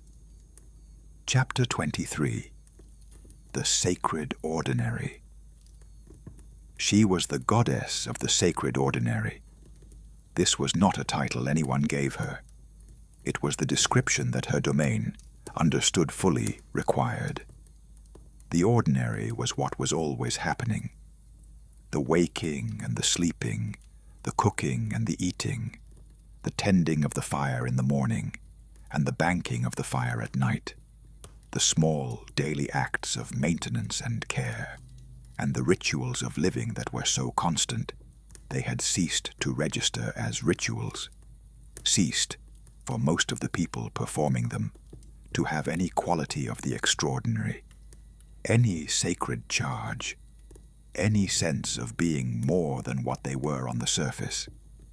She was the claim that the ordinary was sacred, not as a theological argument, not as a proposition to be defended or a position to be held, as a presence, as the divine force that was in the ordinary things, that was in the hearth fire and the cooking meal and the welcoming warmth and the constant maintenance of the inside, as the God who was present in what was most constant and most overlooked and most taken for granted. The other gods were in the extraordinary. They were in the battles and the great loves and the divine interventions that changed the course of events and made the kind of story that mythology told. They were in the moments that stood out, the moments that were described and remembered and made into the stories that were passed down. She was in the moments that did not stand out, in the moments that were not described because there was nothing to describe. Nothing happened, or nothing that appeared to happen, except the small ordinary acts of tending and maintaining that were the texture of ordinary life. She was in these moments with the same fullness and the same completeness that the other gods were in their extraordinary moments. She was not diminished by the ordinariness of what she inhabited. The hearth fire was not a lesser sacred than the divine thunderbolt. The cooking meal was not a lesser sacred than the divine sacrifice. The sacred was not only in the heights, it was in the middle. It was in the daily. It was in the ordinary acts performed with genuine care and genuine attention, with the understanding that what was being done was not nothing, was not merely practical, was the maintenance of the human inside against the indifferent outside, was the tending of the warmth that made survival into living. She had been demonstrating this since the beginning. She had been showing the world, by her presence in the most ordinary things, that ordinary things were worthy of divine presence, that the hearth was as sacred as the temple, that the daily meal was as sacred as the feast of the gods. The world had heard this, imperfectly and intermittently, in the way that the most important things are heard, not with the dramatic reception of the new and startling revelation, but gradually, partially, through the accumulated effect of the constant presence over a long time. The offering at the beginning of the meal, the prayer before the fire, the acknowledgement, small and daily and consistent, that the fire was sacred and the warmth was a gift and the home was holy. These small acknowledgments were the hearing. They were the world telling her, in the only language adequate to what she was, "We know. We know you are here. We know the ordinary is sacred. We know the fire is a gift." She received these acknowledgments, and the fire burned. Chapter 24. The Permanence of Home. The most paradoxical thing she knew was this: the home that she maintained was permanent, precisely because it was not attached to any specific location. Specific locations changed. Cities fell. Families moved. The house that had been a home for 3 generations was eventually abandoned, was reclaimed by the earth, was the ruin that travelers passed on the road and wondered about. The material home was not permanent. Nothing material was permanent. But the home as she governed it, the home as principle, as the human response to the outside's indifference, as the warmth that was made and maintained and shared, as the inside that was distinguished from the outside by the tended fire. This was permanent, not in the sense of being unchanging, but in the sense of being necessary. As long as there were human beings, there would be the need for the inside. As long as there was cold and dark and the vastness of the indifferent world, there would be the need for the fire that made a specific space warm and light and attended. She was this need. She was the principle that the need expressed. And the principle was permanent because the need was permanent. Because the human condition that gave rise to the need was permanent. When a family lost their home, in the most material sense, in the disasters that sometimes took the physical structure of the home, the fire, the walls, the space that had been inside, she was not lost with the house. She was the principle that the new home would express when the new home was made. She was the fire that would be lit in the new hearth, the warmth that would make the new space inside. She had seen the destruction of homes many times over the long centuries, had been present at Trojan homes as Troy burned, had been in the hearths of cities sacked and families dispersed, and the structures of the inside violently converted to the outside. She had felt these destructions with the pain that the destruction of what was sacred caused in the being who was the sacred. But she had also seen what came after, had seen families who had lost everything rebuild the inside, had seen the first fire lit in a new place, and the specific quality of that fire. The fire that was lit not in an established hearth, in a home that was already home, but in a new place that was only the intention of home, the hope of home, the act of will that said, here, in this place, we will make our inside. She was in this fire as she was in no other. The fire that was the intention of home. The fire that was the beginning of the inside in a place that was still the outside. This fire carried within it the full weight of what she governed. The full dignity of the human choice to make the warmth that the world did not automatically provide. She was this fire. She had always been this fire. The fire that was lit not because it was already home, but because someone had decided to make it home. The act of deciding, the act of tending, the choice, repeated daily, to maintain the warmth against the cold. This was her. This was what she was. Not the established home, though she was that too. The intention of home, the first fire in the new place, the act of beginning. She was the beginning, always the first fire in the new place, always the principle that expressed itself in the human act of making the inside where there had been only outside. Part 7. The Long Centuries. Chapter 25. Through the Ages. She watched the ages move around her the way she watched the seasons move around the fixed point of the hearth. Not with detachment. She was not detached, was not above the movement of time, but from the position of the center, which was the position that saw the movement most clearly. She saw the early ages, when the hearth was the primary technology of human civilization, when the fire was the most important thing a community possessed, when the tending of the hearth was the most important domestic act, and was understood as such. She was fully visible in these ages, fully acknowledged, the goddess whose presence was felt in every household, and whose importance was not in question.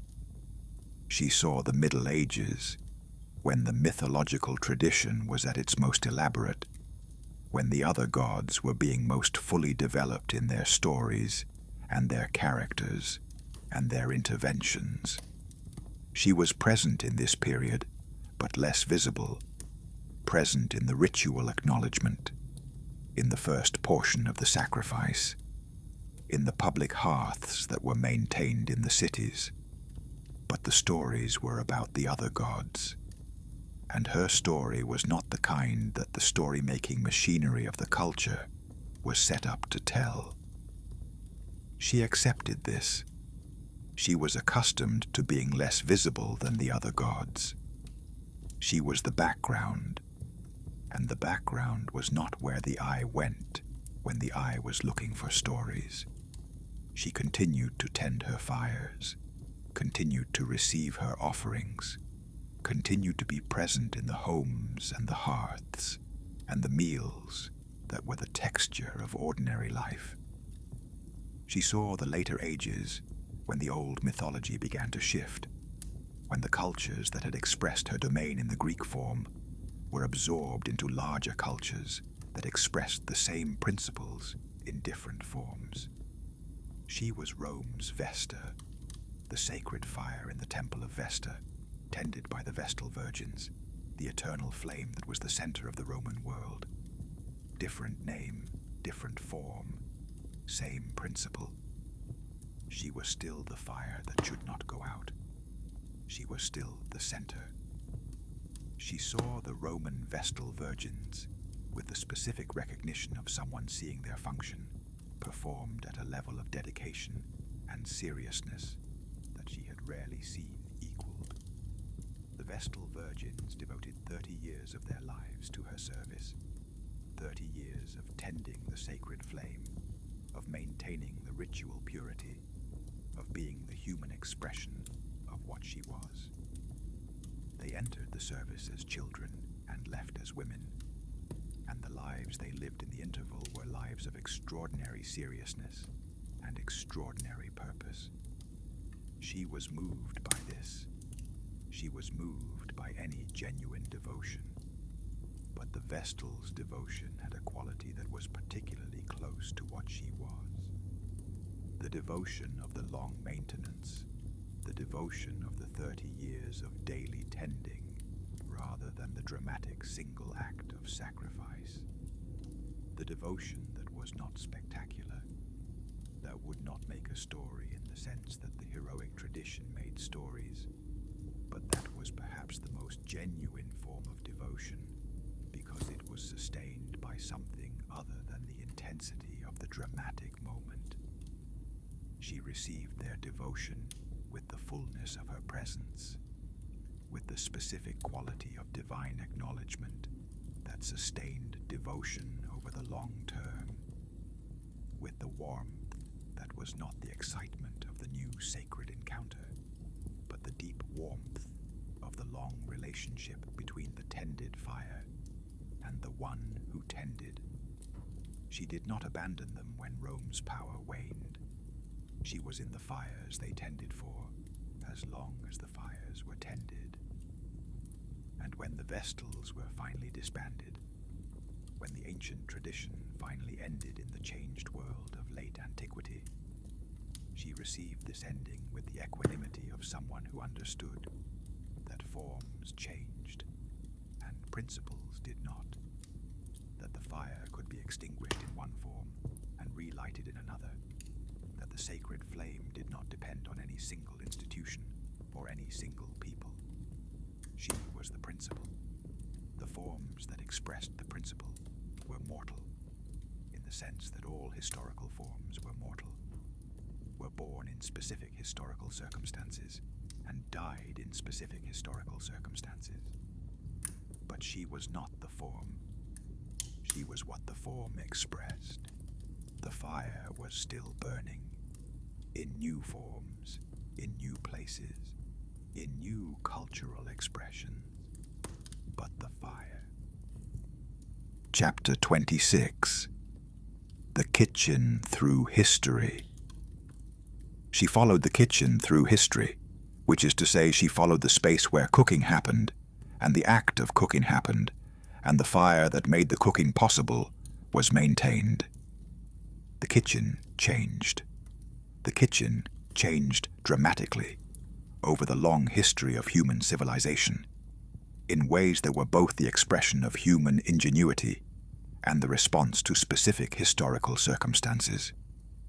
The open hearth of the earliest homes became the enclosed hearth of the later architectural developments, became the wood stove of the industrial period, became the gas range and the electric range of the modern kitchen. She was in all of them.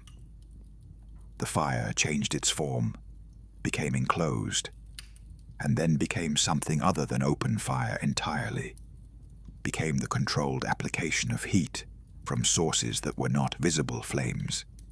But the principle was the same: the transformation of raw food into cooked food through the application of heat in the space designated for this transformation by the person whose care made the transformation possible. She was in the cook. This was perhaps the most important thing to understand about how she was present through the long history of the kitchen. She was not primarily in the equipment, not in the hearth or the stove, but in the person who tended it. The cook who understood what they were doing, who knew the fire, who knew the food, who knew the transformation that was required to turn the raw into the nourishing. This person was her most direct expression in the mortal world. She watched the development of the art of cooking with the specific interest of a goddess who understood cooking as sacred, as the application of divine fire to the world's material in the service of human sustenance and community. She watched the cooks who devoted their lives to this art with the same recognition she had felt for the Vestal Virgins, the recognition of people who had understood what they were doing in its full depth, and who were doing it with the seriousness and the attention and the sustained care that its full depth deserved. She was in the kitchen of the great feasts, in the elaborate preparation, the days of work, the sustained attention that the making of the feast required. And she was equally in the kitchen of the everyday meal, in the daily cooking, the simple sustenance, the unspectacular but essential work of making food available every day to the people who needed it. She did not distinguish between the feast and the daily meal in terms of the quality of her presence. The feast was larger and more elaborate and more visible, but the daily meal was more important. Was the meal that sustained life, not in the extraordinary moment, but in the ordinary texture of existence. The feast was the mountain peak, and the daily meal was the ground. She was in both, but she was the ground. She was in the daily meal, and she loved the daily meal with the love of someone who understood what daily meant, who understood that it was not the spectacular, but the daily that constituted a life, that the texture of a life was made of the days rather than the peaks, that what sustained a person through the long middle of a life was not the extraordinary moments, but the reliable sustenance of the ordinary ones, the daily meal, the fire that was always there, the warmth that was always available, the food that was prepared and shared every day, without drama, without ceremony in the elaborate sense, with the ceremony of the ordinary, the first portion offered, the gathering of the family, the shared act of eating. This was her liturgy. This was the form in which she was most fully herself, the form in which the divine was most fully present in the human life. Not the great sacrifice, the daily meal. Chapter 27. What she saw in families. She was in every family. This meant she had seen more of human life in its most intimate form than any other divine being, had been present in the interior of human existence, in the space where the public face was set aside. And what remained was the actual texture of how people lived together. She had seen extraordinary love, had been in the homes where the love was real and sustaining and expressed itself in the daily acts of care, the prepared meal, the maintained warmth, the attention to what the other person needed. She had felt this love through the quality of the fire, through the quality of the home, that the love made possible. The fire in a home where genuine love was present burned with a specific quality. Not hotter, not brighter in any measurable sense, but with a quality of steadiness and sufficiency that was the fire's expression of the love that tended it. She had seen extraordinary difficulty, had been in the homes where the difficulty was real and sustained, and expressed itself in the daily texture of the lives being lived. The grief that was present at the table, the absence that was felt in the empty chair, the strain that was in the quality of the silence between people who had once been easy with each other and were no longer. She had felt this through the quality of the fire, which could not be unaffected by the quality of the life around it, not because the fire was sentimental, but because the fire was tended by people who were living that life, and the quality of the tending reflected the quality of the tending person's experience. She had seen grief. She had been in the homes of the bereaved, in the fires that were tended after the loss of someone who had been part of the household and who was now absent. She had been in the quality of those fires, which were often the most carefully tended fires. The bereaved tending the fire with a specificity of attention that was their form of continuing the relationship with what was gone. The fire tended because the person who had always tended it was no longer there to tend it. The fire tended as a form of love that had outlasted the object of the love. She was in this. She was in the bereaved's fire, with a particular quality of presence. The presence of the thing that remained when other things were gone.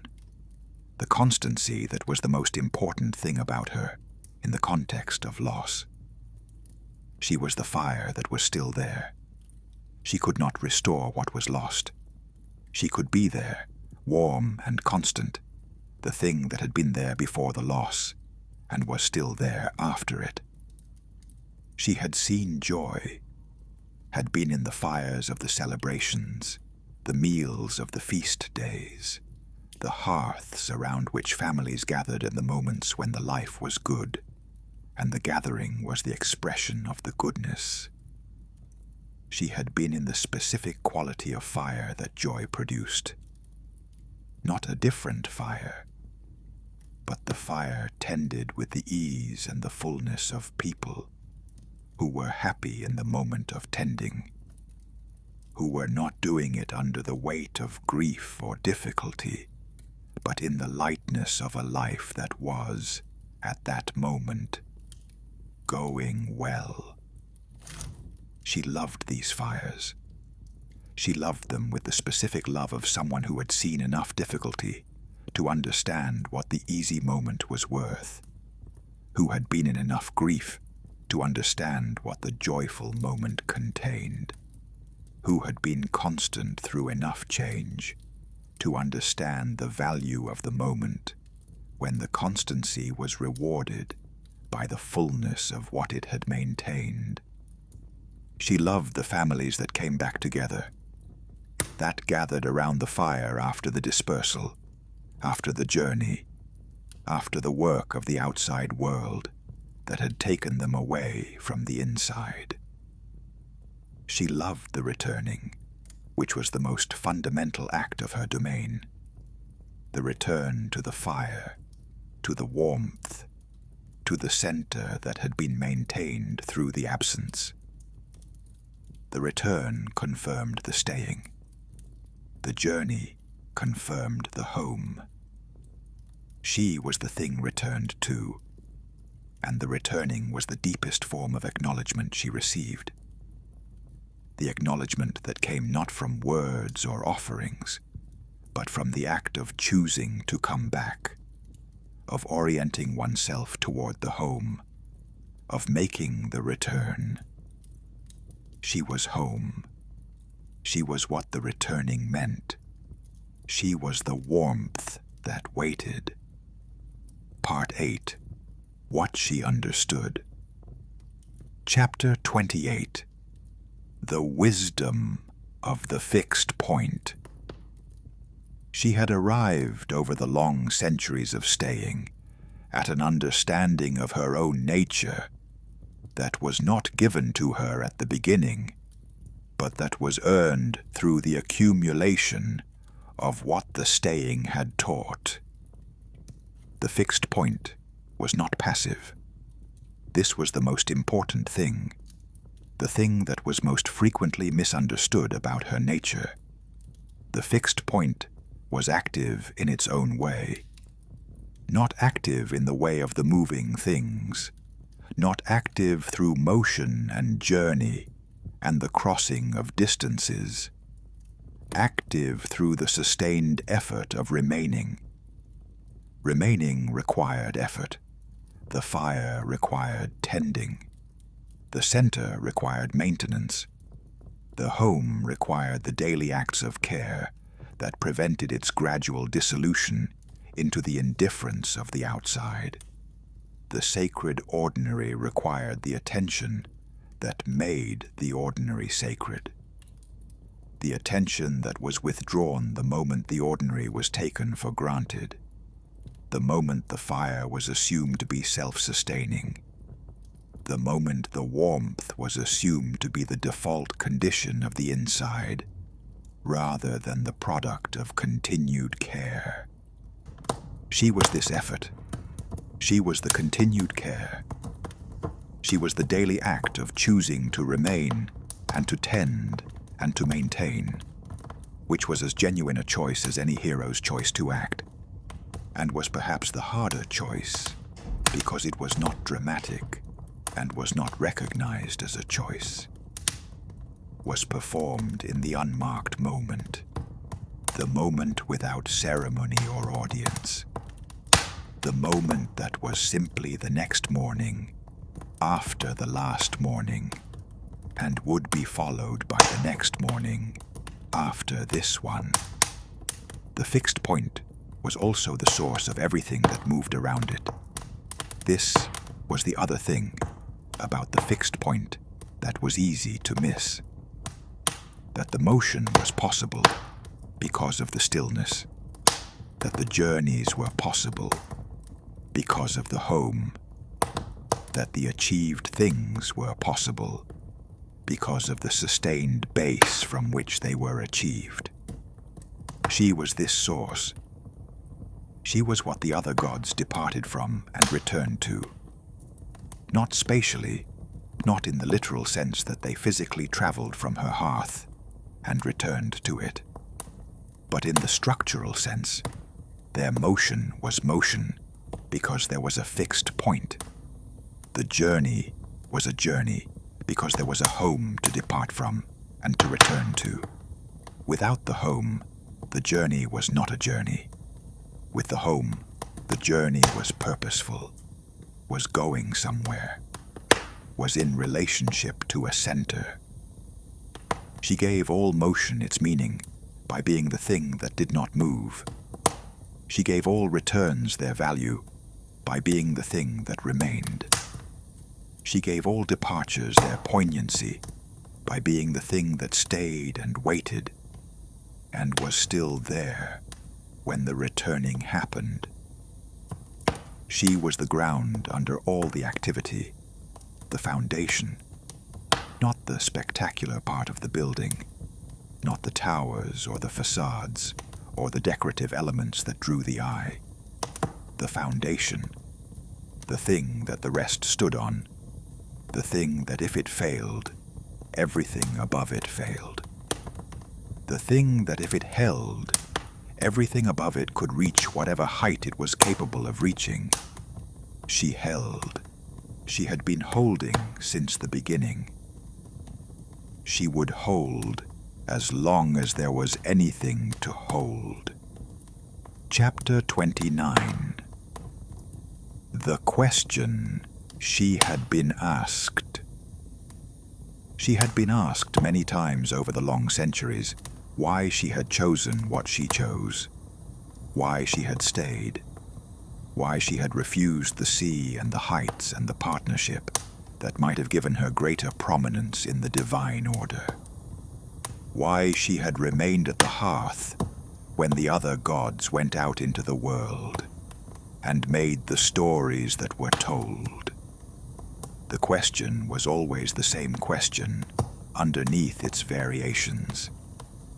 Was the staying worth it? Was the remaining enough? Did she wish she had chosen differently? She had thought about these questions with the same quality of attention she brought to everything. Not defensively, not with the urgency of someone who needed to justify a choice they secretly doubted, but with the genuine reflectiveness of someone who was comfortable with her own nature and could consider questions about it from a position of security. Her answer was always the same, and the answer was simply this: I am what I am. The staying was not a choice made against the other options. It was the expression of what I was. I did not stay instead of going. I stayed because staying was what I was constituted to do, what my nature required, what I could only have abandoned by ceasing to be myself. The question assumed that she had been someone who could equally have gone or stayed, and had chosen to stay. The question assumed that her remaining was a choice among options, rather than the expression of a nature that had no other option. Not in the sense of being constrained, but in the sense of being specific. The fire does not choose to be warm. It is warm because it is fire. She was the hearth. The hearth stayed. She stayed. And in the staying she had found, was this finding or was it simply being? She was not always sure of the distinction. Something that the traveling gods did not always have. The deep knowledge of a single thing. The knowledge that only long familiarity produced. The knowledge that was available to the one who stayed and was not available to the one who moved through. She knew what home was, not abstractly, not as a concept that could be defined, as an experience, as a quality of being in a place, as the specific sensation of the return and the warmth and the fire that had been there through the absence and was there at the return. She knew what it was from the inside, from the being of it, from the endless daily living of it. This knowing was worth the staying, was the staying. The knowing and the staying were not separate. The staying produced the knowing, and the knowing was the justification for the staying. And the two together were what she was. She was home, and she knew home. And knowing home was knowing the thing that made all the motion and the story and the dramatic life of the other gods meaningful. Was knowing the thing that made the returning possible. The thing that the returning returned to.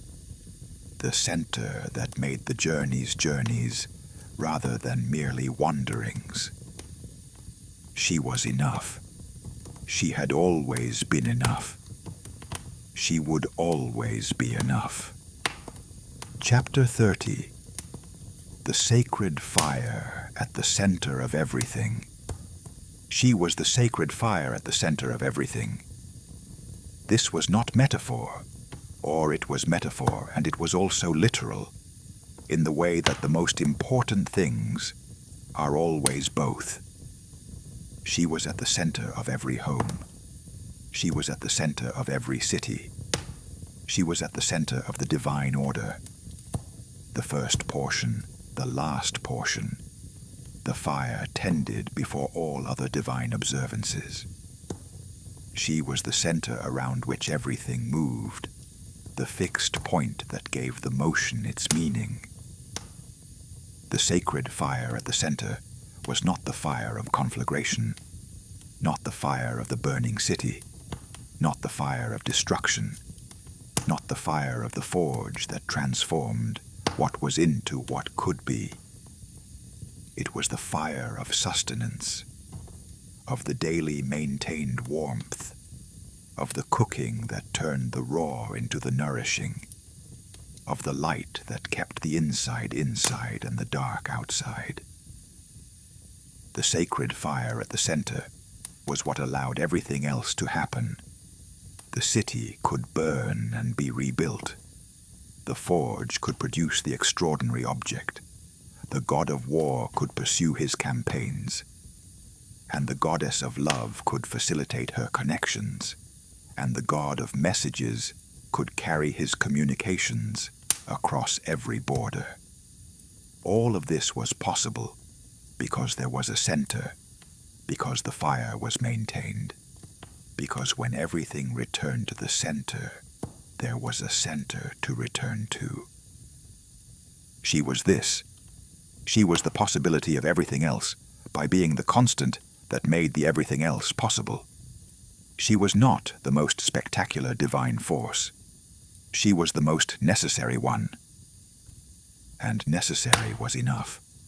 Necessary was, in the long accounting of things, the accounting that did not measure value by visibility or by the drama of the story, but by the actual weight of what was sustained and what was lost when the sustaining failed.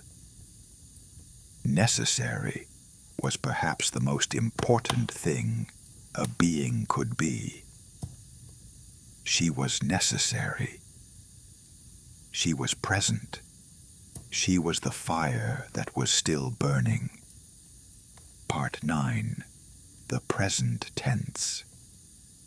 Chapter 31. The Fires That Are Still Burning. She is in every home.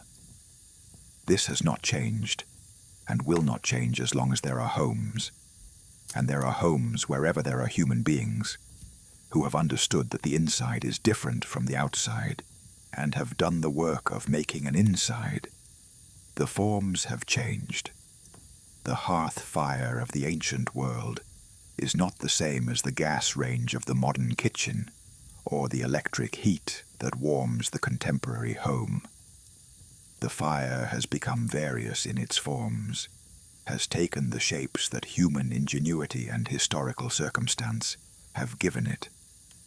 But the principle, the warmth that is made and maintained, the inside that is distinguished from the outside by the tended comfort, the gathering of the community around the center of nourishment, the principle is the same. She is in the kitchen where someone is cooking for the people they love. She is in the act of cooking, in the attention that the cook brings to the transformation of ingredients into food, in the care that is expressed in the quality of the nourishment produced, in the specific form of love that cooking for someone is. She is in the first offering before the meal, wherever and in whatever form that first offering takes. The moment of acknowledgement before the eating, the prayer, the pause, the moment of gratitude. This is her moment. This is the moment when the human being says, in whatever form is available to them, what I have is not nothing. What I am about to receive is a gift. The fire that made this possible is sacred. She is in the home that is genuinely a home, in the quality that distinguishes it from merely a house, the quality of belonging and warmth, and the specific comfort of being somewhere that knows you, that has your shape, that is organized around your presence. She is the quality itself. She is what home means rather than merely what a house is. She is in the welcome, in every act of genuine hospitality, the genuine welcome of the person who arrives from outside, the genuine sharing of the warmth and the food with the one who needed it. She is in the moment when the inside is extended to include the outside person, when the warmth reaches past the threshold to meet the one who is cold. She is in the maintaining, in every act of maintenance, the small daily acts of care that kept what was made from falling apart, that prevented the gradual erosion of what had been built, that said through action rather than declaration, "This matters, this is worth maintaining, I will tend this again tomorrow." She is the permanence of home, not the permanence of any specific home in any specific place. Homes end, fires go out, families disperse, houses fall. But the permanence of the principle that human beings make insides, make warmth, make centers, make homes, and that the making and the maintaining is sacred, is worthy of divine presence, is the expression of something in human nature that is among the most important things in human nature. She is permanent because the need she meets is permanent. As long as there are human beings who are cold, they will make fire. As long as there are human beings who are lonely, they will make community. As long as there are human beings who are hungry, they will cook and share. As long as there are human beings who go out into the world and need to return to something, there will be home. She is home. She is the principle of home. She will be present as long as the principle requires expression, which is as long as human beings exist in the world. Chapter 32. The Last Fire and the First. There is a story she tells herself, in the quiet of the late hours when the fire is low and the world is very still, and she is most fully what she is, the god at the center, the still point, the fire. The story is this. Somewhere in the world, at this moment, someone is lighting the first fire in a new home. They have come to a new place, brought here by whatever the forces that move people, bring people to new places. Necessity or choice, or the displacement that combines both. They are in a space that is not yet home. It is a building, a structure, a shelter against the outside, but it is not home because it has not yet been made home. They are lighting the fire. In the act of lighting the fire, they are making the inside. They are drawing the line between the warmth they are creating and the cold that is outside. They are beginning the act of home. She is in the match. She is in the small flame that begins, and that will, if it is tended, become the sustained warmth. She is in the intention of the person striking the match, which is the intention of home. The choice to make this space into something different from the indifferent outside. The choice to tend the warmth.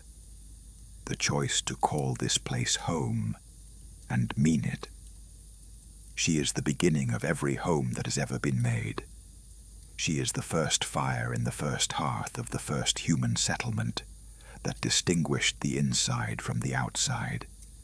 And she is the first fire in the newest home that someone is making tonight, somewhere in the world, in the same act.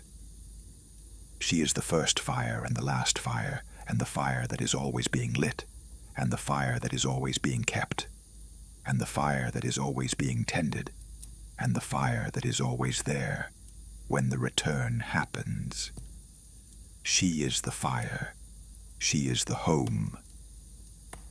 She is the still point around which everything moves, the warmth that defines the inside, the sacred ordinary that is the most sacred thing of all. She is still there. She is always still there. Epilogue. The fire that does not go out. There is something that needs to be said about Hestia that cannot be said in the mode of the dramatic, because she does not exist in the mode of the dramatic. It must be said in the mode that is hers, the quiet, the steady, the sustained. She is the proof that the world is not only made of drama, the mythology that tells the stories of the gods, the magnificent, catastrophic, world-altering stories, is telling the truth about what the world contains. There are battles, there are loves, there are the great forces of desire and cunning and beauty and war, and the vast pressures that move through history and change the shape of things. These are real, and the gods who govern them are real, and their stories are the stories of forces that genuinely move through human experience. But the mythology of the drama is not the whole story. It cannot be the whole story, because the dramatic moments are not where most of life is lived.